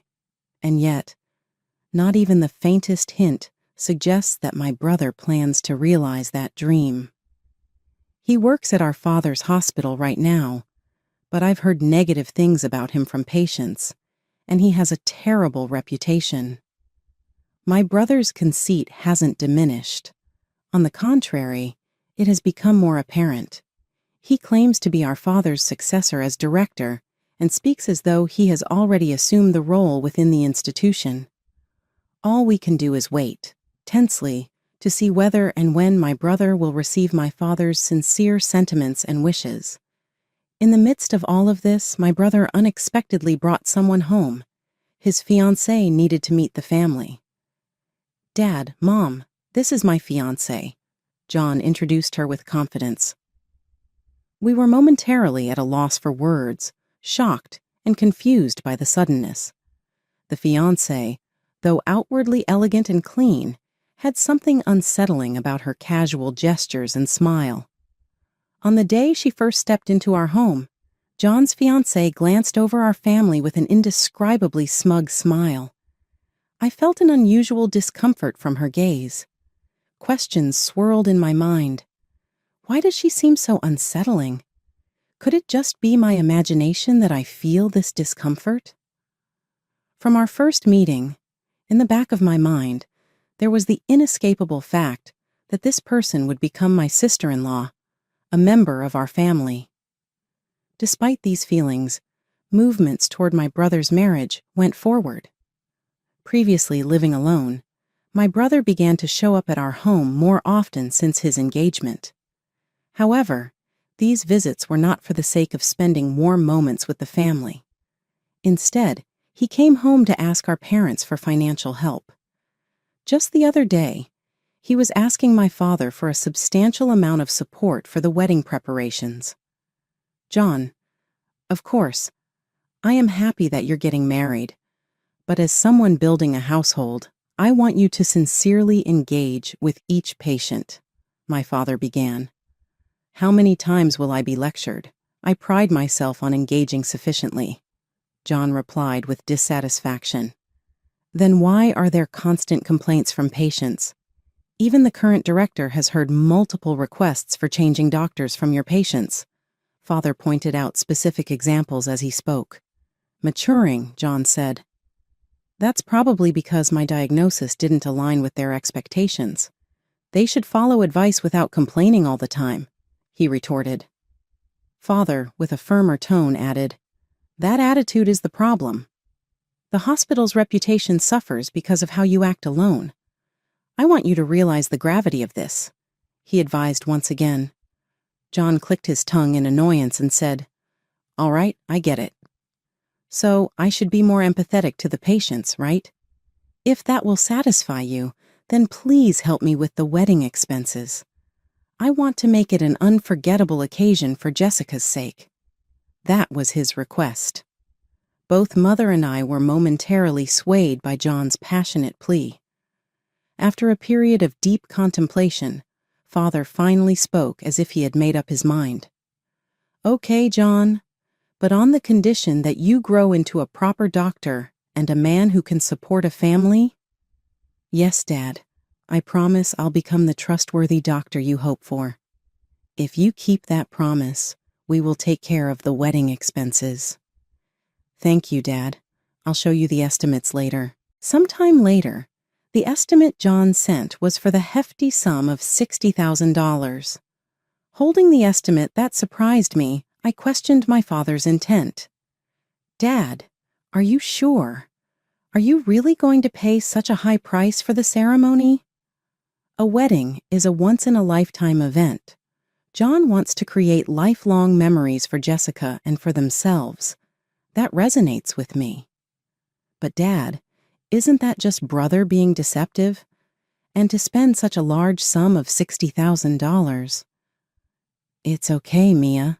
I believe John has reflected on his past to some extent and is reassessing himself. Do you really think so? That my brother would reflect on his actions? Indeed. But Mia, when the time comes for you to get married, this father will also provide for the expenses. Does that settle your heart? That doesn't provide a solution. However, I won't mind if Dad is happy with it. In spite of my discomfort, I told myself that my father had the last say when it came to my brother John's financial decisions. It was not for me to object if he chose to support John's pledge because he believed in it. I resolved to refrain from unnecessarily interfering after that. Still, my worry became more acute and persistent in the back of my mind. I chose to take advantage of a rare day off from my hectic schedule to go shopping in the city center. That's when I happened to run into John and Jessica, his fiancée. When they noticed me, they came over to smile meaningfully. Oh no, if that's not Mia. Hasn't it been a very long time? Brother, what are you doing here? Are you unaware of this? Are you planning to attend the wedding in a month? I am, after all, family. I'll be present. Seriously, get excited about it and make sure the gift is decent, all right? Momentum forced me to make a proper wedding gift, which I did with regret. Jessica abruptly entered the conversation and questioned me after hearing my answer. Mia, have you decided how much you're going to give for the wedding gift? Yes, I've looked up the usual amount. Well, if it's less than $2,500, I'd really like you to reconsider. Come on, you're siblings after all. What do you mean by that? It is customary to donate a minimum of $2,000. Is that not basic sense that all people possess? Does that make any sense at all? Jessica's request was completely new to me. I was aware that siblings would often exchange wedding gifts for between $400 and $600. In spite of this, I had decided to donate $1,000 in order to prevent any more issues. But it was beyond my wildest expectations to be asked for such an unexpected and outrageous amount. When it wasn't even the sibling getting married, what kind of presumptions were being made to warrant such a large sum? I was really taken aback by what she said, and the uneasy feeling I had had at our initial family meetings began to come back. It quickly became clear that my future sister-in-law would be a lot more challenging to get along with than I had imagined. I told my folks about this unexpected development as soon as I got home. Despite my concerns, they both seemed composed and agreed that $1,000 was a suitable amount for the wedding gift. That was a lot of money, but I grudgingly agreed to provide it since I didn't want to stir up any more controversy. I thought that was the best course of action, even if it didn't provide a refutation of Jessica's unreasonable demands. A month later, still having misgivings about my brother, I went to his wedding, feeling a little awkward in my pretty green dress. Despite the underlying uneasiness, it was a departure tinged with exhilaration and a sense of obligation. I lost myself in the party as soon as I entered the hall adorned for the occasion. There was a happy vibe in the air. The extravagant spread of food was a visual feast for the senses, and the decor were colorful. Amidst all the grandeur, the somber event appeared to be carrying time on its wings. Following the wedding, the bride and groom visit each table to snap pictures with the guests as part of a custom. Jessica's smile, when she and my brother arrived at our table, was clearly tinted with contempt. Oh, what is this? You're just showing up as usual? The presence of a low-income family detracts from the whole event's class. If you could depart a little early, that would be great. Her remarks touched a raw nerve in me, causing me to feel astonishment and wrath like never before. An impoverished household? The idea itself was absurd and totally unacceptable. How did she offend her spouse's family with such composure? Not only did I look stunned, but our parents were at a loss for words. My brother chuckled loudly next to them, and I looked at him expectantly, wanting an explanation. I questioned in a shaky voice, perplexed. Wait a minute, brother. How would you describe this circumstance? Why would Jessica confidently utter such heinous things? John answered, Why? Since this is the way things really are. You can see that you are not like me, the victor. He laughed smugly and boasted, I'm already set to become the next head of the clinic, a winner in life. My brother exuded total arrogance, as though he were flaunting his accomplishments to the world. His lack of awareness of us losers shocked me.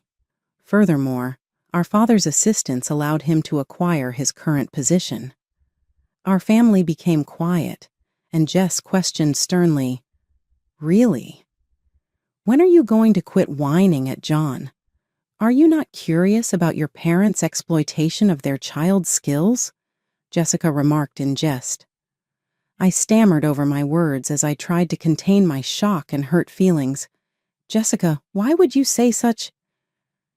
You too, you work at some lower-tier company, don't you? Jessica asked nonchalantly. I looked up your wedding gift, and it was only $1,000. How pitiful. My pride was wounded when Jessica spat out. I made an attempt to defend myself, but failed. No, it's only that, Jessica persisted without mercy. That makes sense, then. Isn't it the case that your parents are attempting to take advantage of the fact that their son is exceptional and will take over as clinic director in the future? Because of this, disadvantaged families might be problematic. Incredulous, I shot back. The next clinic director? Jessica confidently answered, Yes, exactly.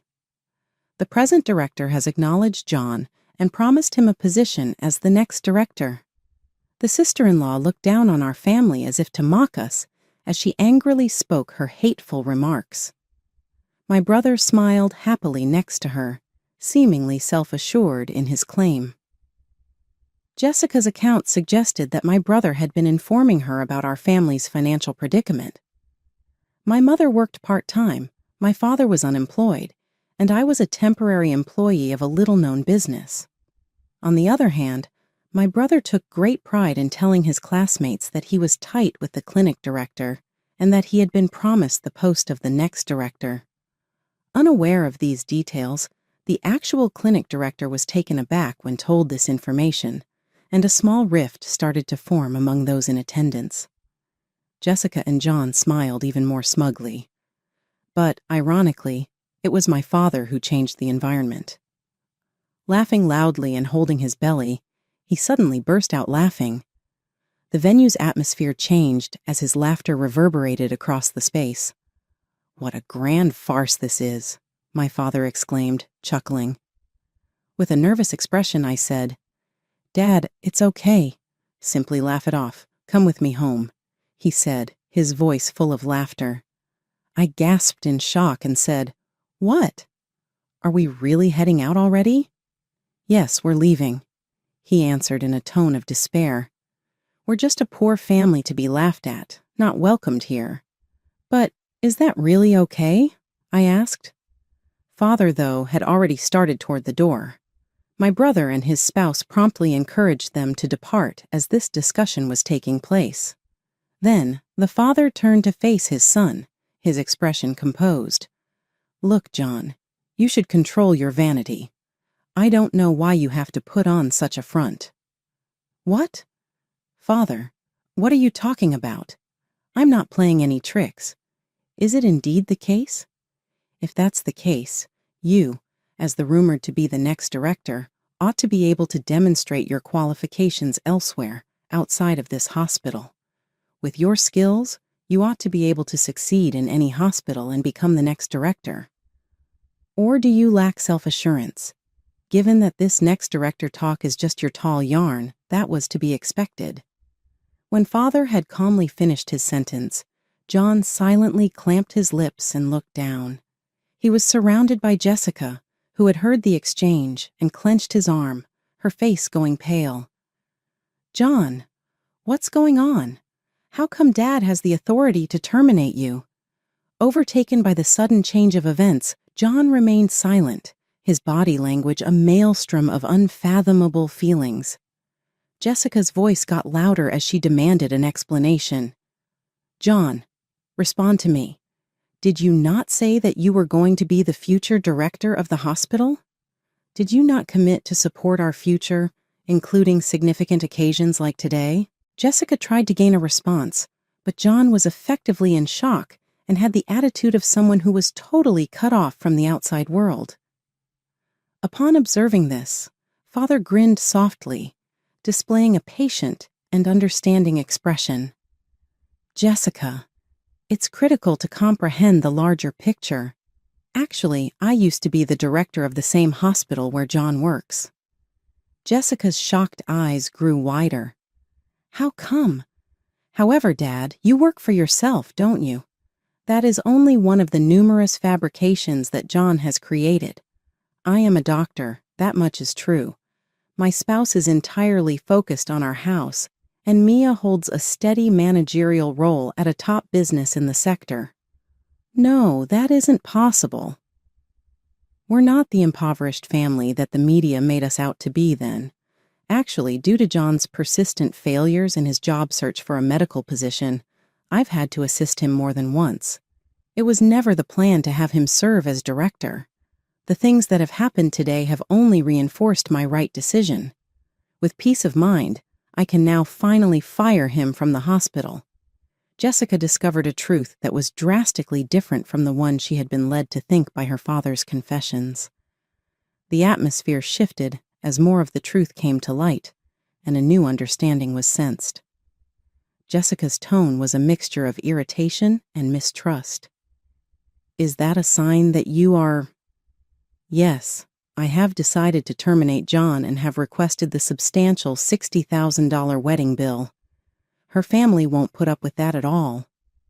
"You're not serious at all. That is not possible." Jessica's complexion changed quickly as the surroundings became hushed. "The father called to my mother and me and said, 'Well, let's go home,' in a composed manner. We gave each other a meaningful nod before making our way calmly out of the building." Jessica's tortured cry resounded throughout the hallway as we left. I found out later that the ceremony had been called off. The people in attendance started to leave, and the gift money that was meant to pay for the wedding expenditures was gone. It turned into a major financial burden rather than paying for the wedding expenses.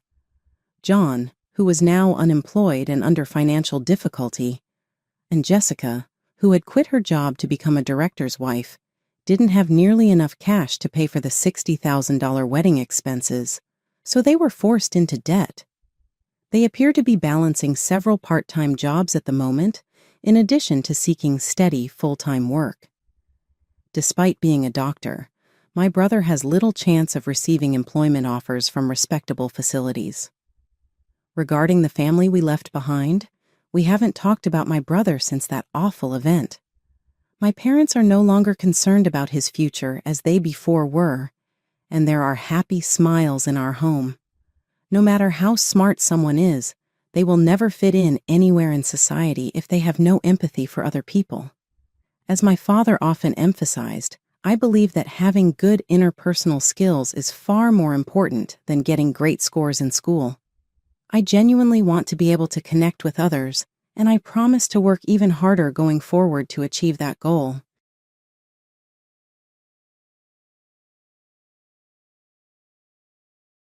I began to worry that there may be a thief in our home. The sight of shoes by the door, both men's and women's, made me frown. Since neither my husband nor I were meant to be home, our house ought to be empty. Nonetheless, I sensed that someone was present in the restroom as well as at the door. Someone was clearly having fun because of the loud, vulgar voice coming from the restroom. While it's common for husbands to invite their mistresses home while their spouses are away, this situation isn't plausible. My spouse was standing right next to me, palely staring toward the lavatory, so this voice couldn't be his. I'm Jessica, and Adam and I have been wed for 3 years. We are not yet parents because we are both employed.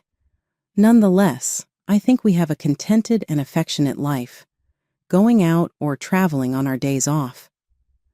Fortunately, neither our in-laws nor parents put any pressure on us to get a family. Since they actually reside close by, we are able to keep our positive relationship going and get together for family dinners. Our in-laws suggested that we rent the lovely, slightly older home. Once a month, on average, we have dinner parties. My mom and I always cook the meal, and we spend the evenings eating food supplied by our in-laws and drinking Dad's favorite wine. Mom had visited that day in the morning to assist with setting for the dinner party, but she appeared abnormally quiet and depressed. She voiced her concerns as she was chopping the ingredients, asking herself, "Do we really need this much? We may not have enough time to complete it all." She wasn't like this at all. "What's wrong, Mom? For today, we've simply prepared the standard amount," I inquired. She gave me a startled look before laughing it off. "Dear, I apologize. I'm concerned since Dad hasn't been eating as much as he used to." "Are you serious? Does Dad have a bad cold?" I inquired. Since his early years, my dad has been a self-made businessman, a self-proclaimed entrepreneur. He's never wavered in his work ethic. I hardly remember my dad playing with me on his days off when I was a kid. I worry for him, even though I don't remember him being around that much. The idea that he could be working himself sick worries me. Mom was hesitant to talk at first, perhaps so as not to frighten me, but she did talk when she did. "It's not a disease. Although Dad is in excellent health, he has been acting aloof lately. He has been critiquing my dinner and remarking on how simple my outfit is." Why would he say such things? I pondered. That he would say that to Mom, who has always been the center of our family, is terrible. Mom, though, dismissed it with a "I'm fine." Perhaps Dad's recent company startup has caused him a little stress. Even though I remained worried, we allowed the conversation to wane and returned to cooking despite her assurances. We were going to cook Dad a special dinner today, complete with his favorite steak and dessert, to help him with his new business. My spouse, Adam, was preoccupied as usual and couldn't unwind until everything was immaculate. He always makes sure the living room and entry are spotless before we entertain company, even when it's just the family. He is very careful about cleanliness. Dad, my mother-in-law Teresa, and my father-in-law Eric arrived as I was finishing up the garden. "Jessica, can I have a word?" I was checking the pan to fry the steak when Teresa shouted out to me. She entered the kitchen with a serious expression on her face and handed me a box that appeared to be a present without saying anything. Perplexed, I accepted it, and to my surprise, when opening it, was the emblem of a well-known steakhouse. There were thick, excellent steaks inside that smelled so good. As it happened, we had unintentionally made the same dish. I figured that cooking fewer steaks would be a simple enough solution. It was not the first time our gifts had happened to match, after all. "Wow, did you go out of your way to buy this?" I asked with a smile.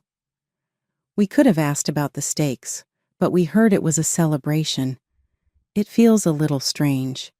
Shall we simply serve today's gifted steaks? "But you and Adam can still eat them, right?" Teresa retorted. "Since we're older now, eating too much meat may seem a little heavy." I was at a loss for words. Since Mom had assisted with the preparations, it felt improper to prepare so much food that would be wasted because everyone in the family is getting close to 50. "You need to have made a statement. How callous," Teresa said as she walked out of the kitchen. She didn't see my reaction as she left with the steaks, but I was astonished by her remarks. That was the first time I had heard someone say something like that. In the past, we never planned our gifts together, and even when we did end up giving each other the same thing, we usually laughed it off. Previously, We had always given each other chocolates or similar things as gifts. I was a little uncomfortable, but I didn't give it much thought because I reasoned that she might have been offended by the pricey gift. Dad was ecstatic about the steak from the upscale restaurant during the dinner gathering. With a quick glance, Mom appeared to comprehend my predicament and obligingly pretended to be just as thrilled about the steaks we had cooked. Teresa, Eric, and Dad departed, and Mom cleverly made beef stew using the remaining ingredients. Before they were cooked, we could have still had the steak, I remarked. You would have grown weary of steak together. Mom said, putting her portion in a food container and saying, "This way you can take it home." Mom made a great beef stew, and even though I felt a little awful about it, Adam and I devoured it rapidly as the flavors melded together. I later learned that Dad wasn't happy with the stew, calling it out of date, even though it was delicious. Mom's meek little smile made me feel even more angry than I had before. Yet, I was unable to let go of my anger. After that dinner party, I received an unexpected message from Adam a few weeks later. Due to developments on the client's end, the overnight business trip he was scheduled to take had to be canceled. He informed me that he will return home as normal. I had intended to spend some time at my parents' house since he was expected to be away for 5 days. But my intentions changed when he returned home. I informed my mother over the phone before meeting Adam to go home. I noticed something odd when we got home. Did we forget to turn off the lights? Certain that I had turned everything off before we left, I inquired. Since there was a light on close to the entryway, I apologize for wasting the electricity. Adam, however, reassured me, adding, "Don't worry about it," as he put the front door key in. Then all of a sudden, he was silent. I said, "What's wrong?" Adam said, "The front door is unlocked," which caused me to froze. Contemplating the possibility of an intruder, I discreetly removed my phone and began recording. I gave Adam a gesture in my direction, and he cautiously opened the front door. "Whose shoes are these?" he inquired, gesturing to a selection of women's pumps and men's leather shoes in the foyer. These sneakers obviously did not belong to us. I might have thought Adam was cheating by bringing another woman home if these were his shoes and he wasn't present. However, the fact that he was standing directly next to me indicated that there was an intruder in our home. Adam, sensing my concern, reached for his umbrella, prepared to use it if necessary, and stepped forward.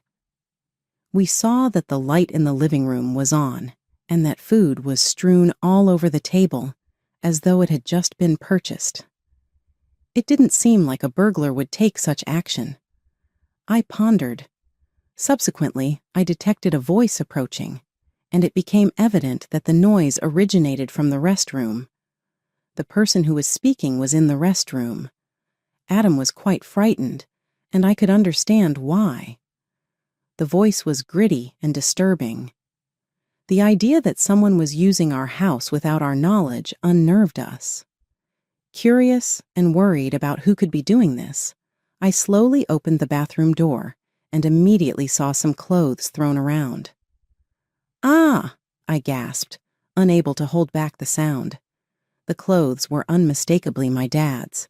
His large jacket, neatly hung on a hanger, was the one he had worn at the dinner party just the other day. The shirt and pants, carelessly discarded, were all too familiar. Mom had left just a few hours ago, so there was no way she could be here. It looked like Dad had brought another woman into my home for an affair. The realization made me frown as I looked up at Adam, wondering how I could explain this to him. He was staring, pale-faced, at a necklace resting on top of the washing machine. I recognized the necklace and the earrings beside it. They belonged to my mom. "This can't be, Mom," Adam said. His words confirmed it. The people using our home for their affair were my dad and Teresa. I pulled Adam, who seemed ready to burst in on them, back to the living room. Moving away from the echoing voices seemed to help him calm down a bit. Shouldn't we call your mom and my dad? Adam suggested, though he seemed unsure. The thought of bringing Mom and Eric here now felt like it would lead to a crisis for both families. But I couldn't just ignore what was happening. The vulgar noises were still coming from the bathroom, suggesting they wouldn't come out anytime soon. I contacted Mom, and Adam reached out to Eric right away. "It's about Dad," Adam said. "Your dad told me he was going golfing today. He left early this morning and won't be back until tonight. Should I tell him to call you when he gets back?" "It seems that Dad is at home with Teresa," I said, unable to mention what was actually happening in the bathroom. But that was enough for Mom to understand the seriousness of the situation. In a tense voice, she said, "I'll be right there," and hung up. Less than 20 minutes later, Mom arrived, looking pale, with Eric right behind her, utterly bewildered. The voices had stopped, but we could still hear the shower running. Thankfully, the loud voices that had filled the hallway earlier were no longer heard. "Adam, what do you mean Teresa is here? I told you Mom went on a day trip with friends and won't be back until tonight," Eric asked, full of questions. We had informed him that Dad was with someone, but whether he was confused or just didn't want to accept it, he avoided looking toward the bathroom. Feeling sorry for Eric, Adam signaled to me, and I started recording on my phone again. Adam made no effort to hide his approach as he stormed into the bathroom. "Hey, what the heck are you doing in our house?" Adam shouted as he pushed the room door open, making a dull sound. Screams from Dad and Teresa were followed by loud arguing between Dad and Adam. Adam, now standing in the doorway, grumbled in disgust. I grabbed a bath towel and tossed it into the bathroom, desperately wanting to avoid seeing them make it. I really didn't want to see that behind me. Mom, no longer able to hold back, pushed past me and stormed into the bathroom. She shoved Adam and Teresa aside, and with a voice I'd never heard from her before, dragged Dad out of the room. Eric, finally mustering his courage, followed Mom into the bathroom and pulled Teresa out. Both of them hurriedly dressed in their scattered clothes, and within minutes, they were sitting in the hallway with their hair still damp. All of us, including me, were panting heavily, our shoulders rising and falling with each breath. Mom broke the silence with a thin voice. "Why her?" Her question was the start of Dad and Teresa's explanations. It all began with Teresa developing a crush on Dad. Since Dad is a company president, he has connections with some flashy industries. He pays much more attention to his appearance than most men his age, and even I have to admit, he looks stylish and sophisticated. Teresa reportedly fell for Dad the moment they met, captivated by his demeanor. Their relationship started to grow during the family gatherings we organized for Adam's and my wedding. Teresa, trying to show herself as a good person, eagerly took charge of planning the dinner parties, gradually getting closer to Dad. At one of these dinner parties, she finally worked up the courage to confess her feelings. Adam, looking sick to his stomach, glared at Teresa. But Dad was also part of the problem. He was drawn to Teresa, who dressed in bold makeup and flashy clothes, exuding a feminine allure in contrast to Mom, who quietly took care of the home. But both Dad and Teresa had their own families. Mom often worked at the same company as Dad, and on Dad's days off, Eric usually had a similar schedule, so they needed a place to meet in secret. Surprisingly, they chose our home. Adam and I have a hobby of taking short trips and staying at nearby hotels during long weekends, which inadvertently gave them the opportunity. Teresa would say, "It's not safe to leave the house empty for too long, so I'll check on it," as a way to confirm our absence. Then she would contact Dad. Since we were neighbors and often shared our plans without suspicion, our house became their secret meeting place. We never gave them a spare key, thinking it was impossible for them to enter. But it seems they secretly took a key during one of the dinner parties and made a copy. They were careful to leave no trace of their presence in our house. They brought their own food, took all the trash with them, collected any hair from the drain after using the bathroom, and wiped down any moisture before leaving. This time, Dad contacted Teresa after hearing that I was going back to my parents' house because of Adam's business trip. I had only informed Mom about the change in plans, leading to this unexpected encounter. If we hadn't discovered it now, who knows how long we would have been deceived. Naturally, both Dad and Teresa were served with divorce papers by their spouses. They faced claims for compensation during the divorce proceedings and were disowned by Adam and me. Although Dad and Teresa initially admitted to what they had done, they later claimed we were lying and had no evidence. However, I had recorded everything on my phone, and when I presented that as evidence, the divorce proceedings went smoothly. With the settlement money, we moved into a new apartment. Adam, who already had a bit of a germophobia, developed a complete aversion to the room after that day, and now refuses to even go near it. I also found it too painful to keep living in a house that had been used for their affair, so I fully agreed to move.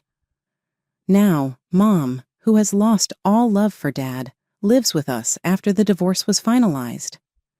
Teresa, on the other hand, seemed quite pleased with herself.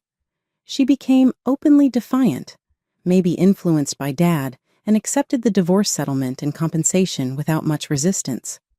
She moved in with Dad right after the divorce, and they got married, finally getting what they wanted, being together.